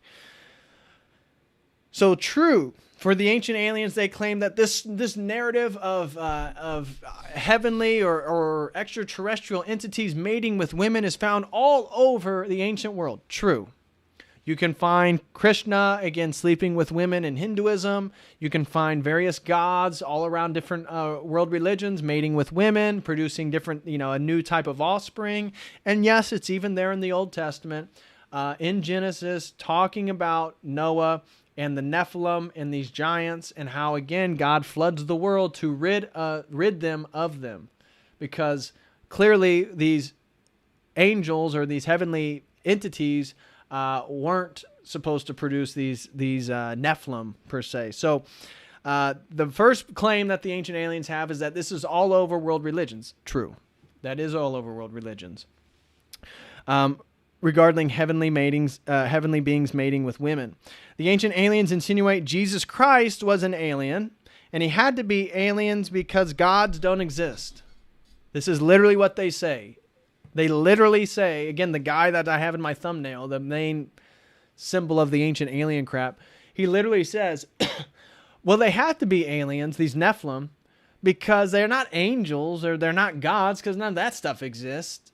And so there have to be aliens. And this is that subtle game they play. Like, again, we're modern people, and clearly what we're saying is critical and well thought out and technical, and, we don't believe in gods, and that's all that backward stuff for those people. Therefore, it has to be aliens, and we'll give you, again, what I'm calling the mystical materialism for you to believe it. And so this is all a psyop. This is all gaslighting. This is all getting people to see what they want to see. It's a magic. It's a manipulation. It's a manipulation of perception. And so they insinuate Jesus Christ, just like Noah was probably the product of these extraterrestrial entities. And Eric von Daniken outright lies that Noah was the product of artificial insemination, just like Jesus was. He claims that he's the product of artificial insemination. When again, Scripture itself says the exact opposite. Yes, Lamech questions his parental relationship to Noah at first. Then his wife reminds him. Then Scripture is very clear that Lamech is the father of Noah. And yet Eric von Daniken continues to outright lie about what Scripture says and claims that the only logical explanation is that Lamech's wife was artificially inseminated by an extraterrestrial, and then he parallels that with Jesus Christ. And this is how the Nephilim are extraterrestrials, and the Bible's talking about aliens and this or that. It's nonsense. It's absolute nonsense. It's absolute nonsense. And again, I believe, as we've shown with all this stuff today, as we've gone through all this evidence today, I believe that, again, this stuff is absolutely sinister. That there's so many inconsistencies, there's so many outright lies with this ancient alien stuff that I believe this is ultimately satanic. And that's why, again, it has to be from the father of lies, because there's not a single bit of truth in the ancient alien, ancient astronaut Psyop. And the fact that this is now becoming so prevalent with now the new discussion of UFOs and aliens and stuff by the intelligence agencies, by the U.S. Army, by the U.S. Navy. Again, I mentioned at the beginning of today's discussion, if you see the new Army recruitment video, it has a woman and she looks up and it's clearly a UFO, the flying disc saucer. The newest Army recruitment video. Go watch it. Go look it up if you haven't seen it. The most recent Army recruitment video is clearly insinuating that there's UFOs and that there's extraterrestrials. Why is the U.S. government doing this? And so the ancient alien theory is a way to try to historically legitimize the UFO alien phenomenon that begins in the 1940s and moves into the current day. And all of that stuff is an anti-God, satanic, globalist agenda to reorient our society, to reorient our presuppositions, to change the way in which we view the world. And that's why this ancient alien stuff is so promoted by Netflix and the History Channel and all these major institutions and people like Tucker Carlson having the Navy, Army, Air Force people on to talk about these UFOs. Again, I think most people just aren't as sophisticated to think about this stuff, but it all ties together. The Great Reset and the popularizing and talking about how we're in contact with the UFOs and the aliens. This is the new globalist religion. This is the mystical materialism. This is the supernatural beliefs. All of this stuff is coming together. And so I think the aliens and the transhumanism, and the wrathful earth goddess, this is all tied together. And this is all part of the new one world religion. And so again, we as Christians have to recognize how many lies we just saw within the ancient alien, ancient astronaut theory. Not a single thing stands up to scrutiny. And so why then are so many institutions still promoting it?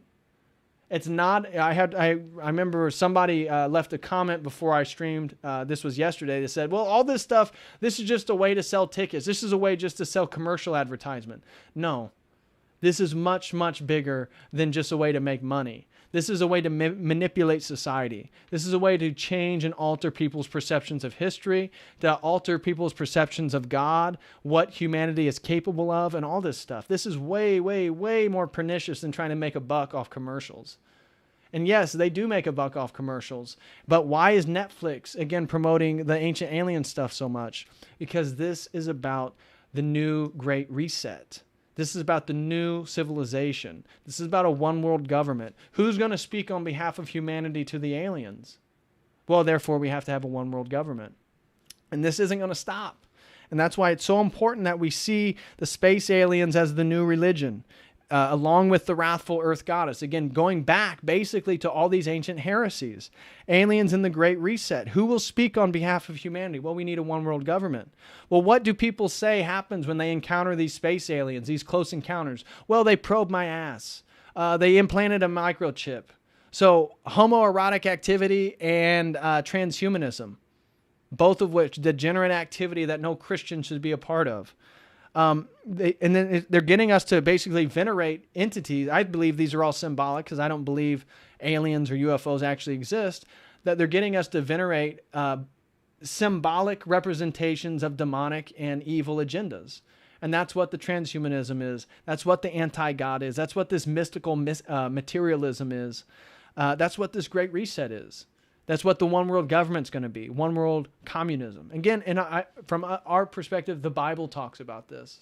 The Bible talks about this. And that's why we as Christians, again, we use the uncreated energies to get back to God, right? What are the ancient astronaut theorists using? Their eyes, right? Everything that they do is they give you a visual example, and then they concoct some crazy theory for it. Just like, again, the intelligence agencies and the way they present these UFOs. They give you some grainy film of some flying disc in the sky and say, look, this is a UFO. We definitely don't know what this is. To get you to believe things that you can see. But none of it, if you use the uncreated energies of God, logic and reason and a pursuit for objective truth, all of it begins to fall apart. Because we aren't led by things of this world and what we can see. In fact, what brings us closest to God are things that are transcendent, things that we can't see. Love and honor and truth and logic and reason and language. You can't see these things. And that's how we prove God. And that's how we get closer to God. And they're doing the exact opposite, right? It's all about what you can see. It's all about materialism. It's all about the world. Right? It can't be God. It can't be angels because those things can't exist. Therefore, it must be aliens. And so I believe this UFO stuff is extremely, extremely pernicious. And I think for so many people who are falling into it, that it alters so many things in their worldview that when they begin to bring out the CGI aliens, when the visual presentations they're going to give us are going to be a much higher quality, I think many, many people in our society are going to be led astray. And it's because they have no connection with God. They have no ultimate source to appeal to. And they're yearning for it. That's why, again, they're trying to find their identity in their sexual fetishes. They're trying to find their identity in the corporations they consume. And so they can't wait to have a sky daddy again. But the sky daddy isn't going to be actual God. It's going to be the space aliens. And they're going to be fake. And they're going to be a front for the globalist evil, for the Antichrist evil that is upon us. And that's how I see this stuff, that ultimately it's a front for the Antichrist. So, anyways, I hope you guys enjoy. That concludes today's discussion on the ancient aliens. Now we'll get into some of the super chats now. Okay, so Allison Antone, the first super chat, she threw in $3. Oh, Allison, thank you so much, Allison. She's a close friend, Allison. She said, just wanted to tell everyone to join the COTEL membership. The members-only content is excellent. The information DPH gives us can be found nowhere else. Please support this man in his mission. Well, Allison, thank you so much. I greatly, greatly appreciate that. I greatly appreciate your kind words. And I thank you so much for your membership and for your $3 donation. Again, God bless you in your journey. Allison is an inquirer into orthodoxy and a new Christian emerging from a lifelong in the New Age. So much like us. I know so many people out there. Again, we were wrapped up in the New Age. We're probably wrapped up in ancient aliens. We're wrapped up in crystals. And so glory to God that, again, so many of us who ultimately want truth, that are willing to change our minds, that are willing to do what is right, God reaches out and grabs us and saves us. So we aren't then perpetuating the same evil that's upon us. So thank you so much, Allison. God bless you and your family. Thank you for your $3 donation, and thank you for your Church of the Eternal Logos membership. Thank you, thank you, thank you. Christopher Whipfley donated $5. Thank you so much, Christopher. I greatly appreciate it. He said, aliens are homosexuals. Add another letter to the alphabet, people. That is true, and I think that's why aliens tend to be so interested in people's anus. They do seem to have. There is a lot of homoerotic activity going on with these aliens, and again, one can only suspect that's because of their demonic origin and really what they symbolize and what they're a front for. So, thank you so much, Christopher, for the $5 contribution. Again, he said aliens are homosexuals. Add another letter to the alphabet, people. Evan Schultz threw in $5. Thank you very much, Evan Schultz. He says, where can the rest of the Connor Murphy stream be viewed? Neither DLive nor BitChute links work. I was really enjoying that stream. Evan Schultz, you can watch it on the Church of the Eternal Logos page over on Facebook. I know the whole thing is over there. You should be able to watch it on Periscope. So if you're on my Twitter, you could watch it there. I did download the 720 version off Facebook, so I could upload that at some point if people are interested. I could upload the second half of that talk. It just got so crazy, and I was worried if I was going to be able to stream, so I was very reluctant to upload the second half of that video, knowing it was going to be filled with copyright violations.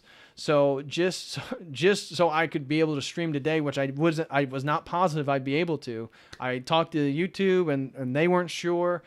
They told me to trim out. So if you watch the first part of that Connor Murphy video, now basically the last 15 minutes are silent because they said I needed to trim out that copyrighted section so that I could stream again. And so I did that right away. And so it's now trimmed out. So you actually can't hear the last 15 minutes. But you can watch it on the other side. Again, if you want, just message me, Evan, and I can send you a direct link to a place where you can watch the second half if you're interested. Or I could also post that link underneath the video itself in the top comment. So I will keep that in mind. Thank you very much, Evan Schultz, for the $5. I greatly, greatly appreciate that. And it's not up over on BitChute. BitChute is just too clumsy for me. I got tired of using the damn thing. Joshua Schmidt super chatted $14.99. Thank you very much, Joshua Schmidt. He said, my cousin told me the other day that, quote, the aliens will be the Messiah for the faithless. Glad to see my fam is based. Oh, dude, your cousin is absolutely right. And that's the point. That's the point, is that the aliens will be the Messiah for the faithless because they're looking for something they can see. And that's why they're going to be led by the Antichrist. And that's what part of this alien stuff is going to lead people to. So you're absolutely right.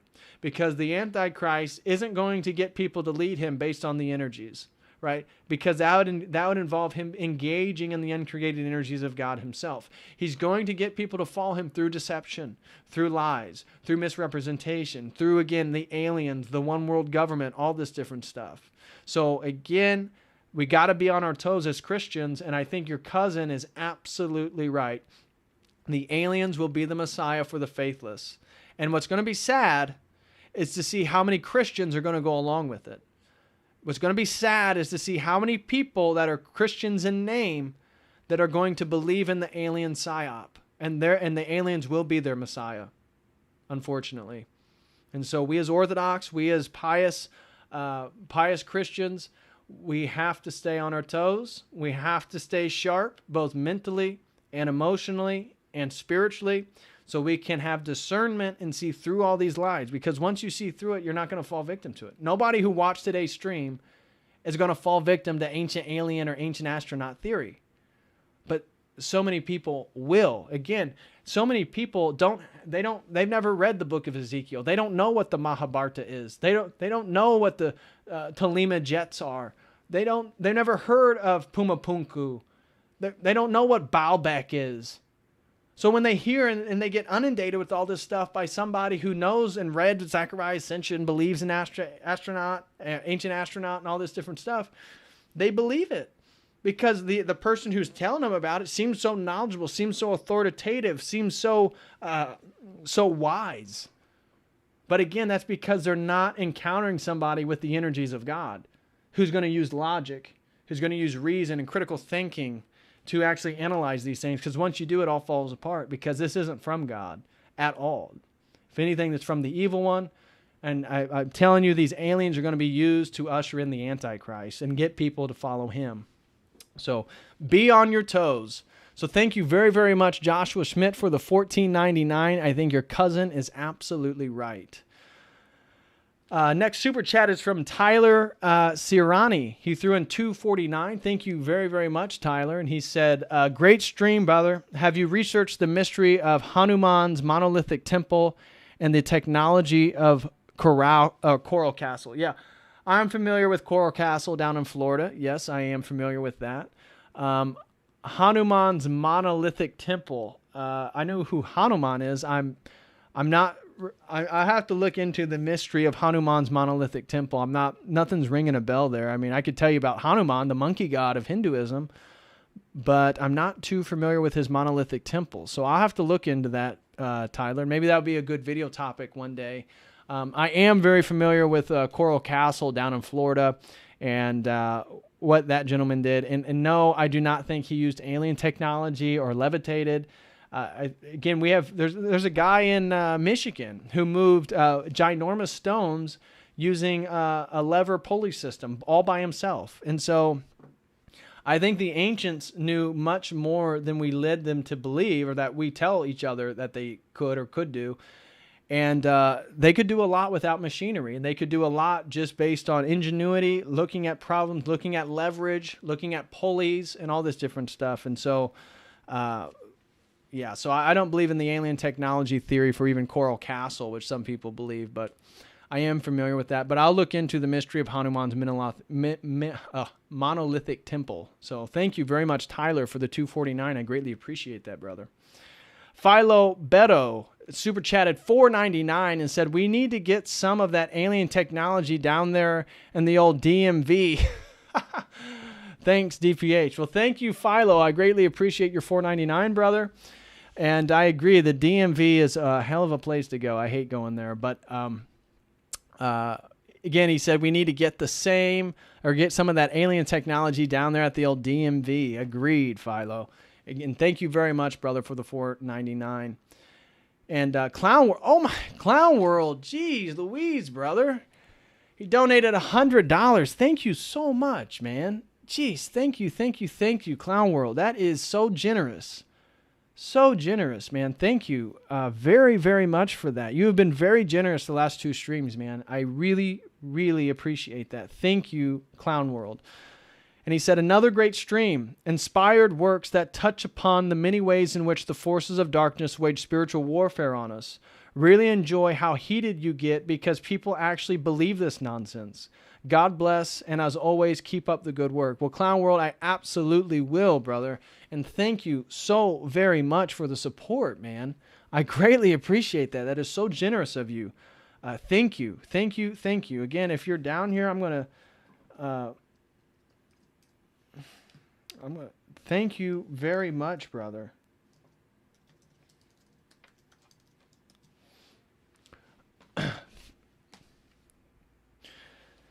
Thank you very, very much, brother, for that generous super chat. And he's in, Clown World said, another great stream, inspired works that touch upon the many ways in which the forces of darkness wage spiritual warfare on us. Really enjoy how heated you get because people actually believe this nonsense. It's true. God bless, and as always, keep up the good work. Well, thank you very, very much, Clown World. I greatly appreciate it. Again, thank you so much for your stream, man, and thank you so much for your generosity. I'm humbled that the effort I put into these streams, that you feel compelled to support me. I greatly, greatly appreciate it, man. I really, really do. Thank you. Candace Spence donated $12.45. She said, Ancient Aliens is one of the most influential shows geared to push the alien agenda. It's crazy to witness how many people will believe in aliens but not God. Truly a sign of our depraved age. Great content as always, Patrick. God bless you and your family. Well, thank you very much, Candace Spence. God bless you and your family. And I greatly appreciate your support. I greatly appreciate the support, Candace. Thank you. And I totally agree. Ancient Aliens is one of the most influential shows geared to push the alien agenda. It is. And as I said earlier, I think the Ancient Alien, it negates world religions because it insinuates all world religions were started by aliens, which then insinuates God and angels aren't real. So what it promotes is sort of atheistic, materialistic worldview that's filled with like mysticism and magic and super extraterrestrial technology and all this different stuff. And it's crazy to witness how many people will believe aliens but not God. And Candace, I think again, it's due to this I'll believe it when I see it, right? I'll believe it when I see it. Is that how God works? I mean, I guess it did for Jesus, when he incarnated, but generally speaking, God, that's not how you believe in God, is to wait till you see something. Often it's something you can't see. That's why faith is so important. And so I think that's what they're prying upon people and, giving people to believe something that they can see. but the whole thing is a deception. And I think for so many people, as you're highlighting, they have no connection with God, and so they have no source inside themselves to see the deception and see through it. And instead, they get trapped into it, and it's sad to see. And we need to pray for our parents or our siblings or our extended family or our friends who may be wrapped up into this stuff, because it's difficult for many of them to give up. It's very difficult for many of them to drop this worldview, and because it makes them feel privileged, like they have insight into reality that you and I don't. They know human history the way that you and I don't. They have contact with truth in a way that you and I don't, and they don't need God, and they don't need Christianity, and they don't need any of this. And it turns out they're the ones that are most susceptible. They're the easiest to mislead. They're the most misunderstood. They don't know what they're talking about. And so we need compassion. We need to pray for them. But thank you so much, Candace Spence, for that. I greatly appreciate it. And thank you so much, everyone, for the support. So that puts me at 3.5 hours. We have been streaming now. Jeez Louise. So I think I'm going to hop off here. I need to drink some water. I am getting hot and cotton mouth. So thank you so much to Clown World for another very, very generous donation and support for today's stream. I want to give a special thank you to everyone who supported today's stream. A special shout out to Allison Antone. Thank you very, very much. We've been in contact recently, and in fact, we'll be doing a one-on-one this week. So shout out to Allison. Thank you very much for your support. Christopher Whipfley, thank you very, very much, brother, for your super chat. Evan Schultz, thank you for your support, brother. Joshua Schmidt, thank you very much. Tyler Siriani, thank you very, very much, brother. I appreciate it. Or Siriani, I think. Tyler Siriani, I believe is probably how it's pronounced. Tyler Siriani, thank you very, very much. Philo Beto, thank you very much. Again, a special thank you to Clown World. I greatly appreciate it. And thank you, Candace Spence. Jacob is asking, what time are you sending the Zoom link tomorrow? Probably in the afternoon. I will send a mass email. So again, Jacob is referring to the Logos Book Club. Again, tomorrow is the first meeting of the Logos Book Club, and we're reading St. Justin Martyr's First Apology. So if that is something you would appreciate or you would want to be a part of, please go to davidpatrickcarey.com/shop/book club. Here, I'm going to send that link to you guys right here. And you can sign up for $5. You will get access to the full PDF download of St. Justin Martyr's First Apology, which is very insightful. Read as much or as little as you prefer. And tomorrow I will be sending out a Zoom link to everyone who has purchased the book club, and we will all be in one major Zoom meeting tomorrow. So again, it'll be a lot of people, and we'll be taking turns talking about what we liked, what we didn't like, and we'll just kind of work through the entire PDF file. So it will probably be well over 2 hours. I promise it'll be at least 2 hours long. But I imagine once everybody gets there, and we'll have such a fun group together, that I'm sure we'll probably end up going for over 3 hours. So yeah, if you would be interested in the Logos Book Club meeting and you would like to join tomorrow, please go over to the website at the link that I just put in, and you can purchase that there. Keenan Herzl, donated $5. Thank you so much, Keenan. He said, God bless you. I love you and your work. Thank you. Thank you. Well, Keenan, thank you, brother. I don't know who you are, but I love you too. I love your spirit. I love your support. I love that you're here. So thank you so much, Keenan. I greatly, greatly appreciate that. And thank you for your support, brother. God bless you. I love you and your work. Thank you. Thank you. Well, thank you, Keenan, very, very much for your support, brother.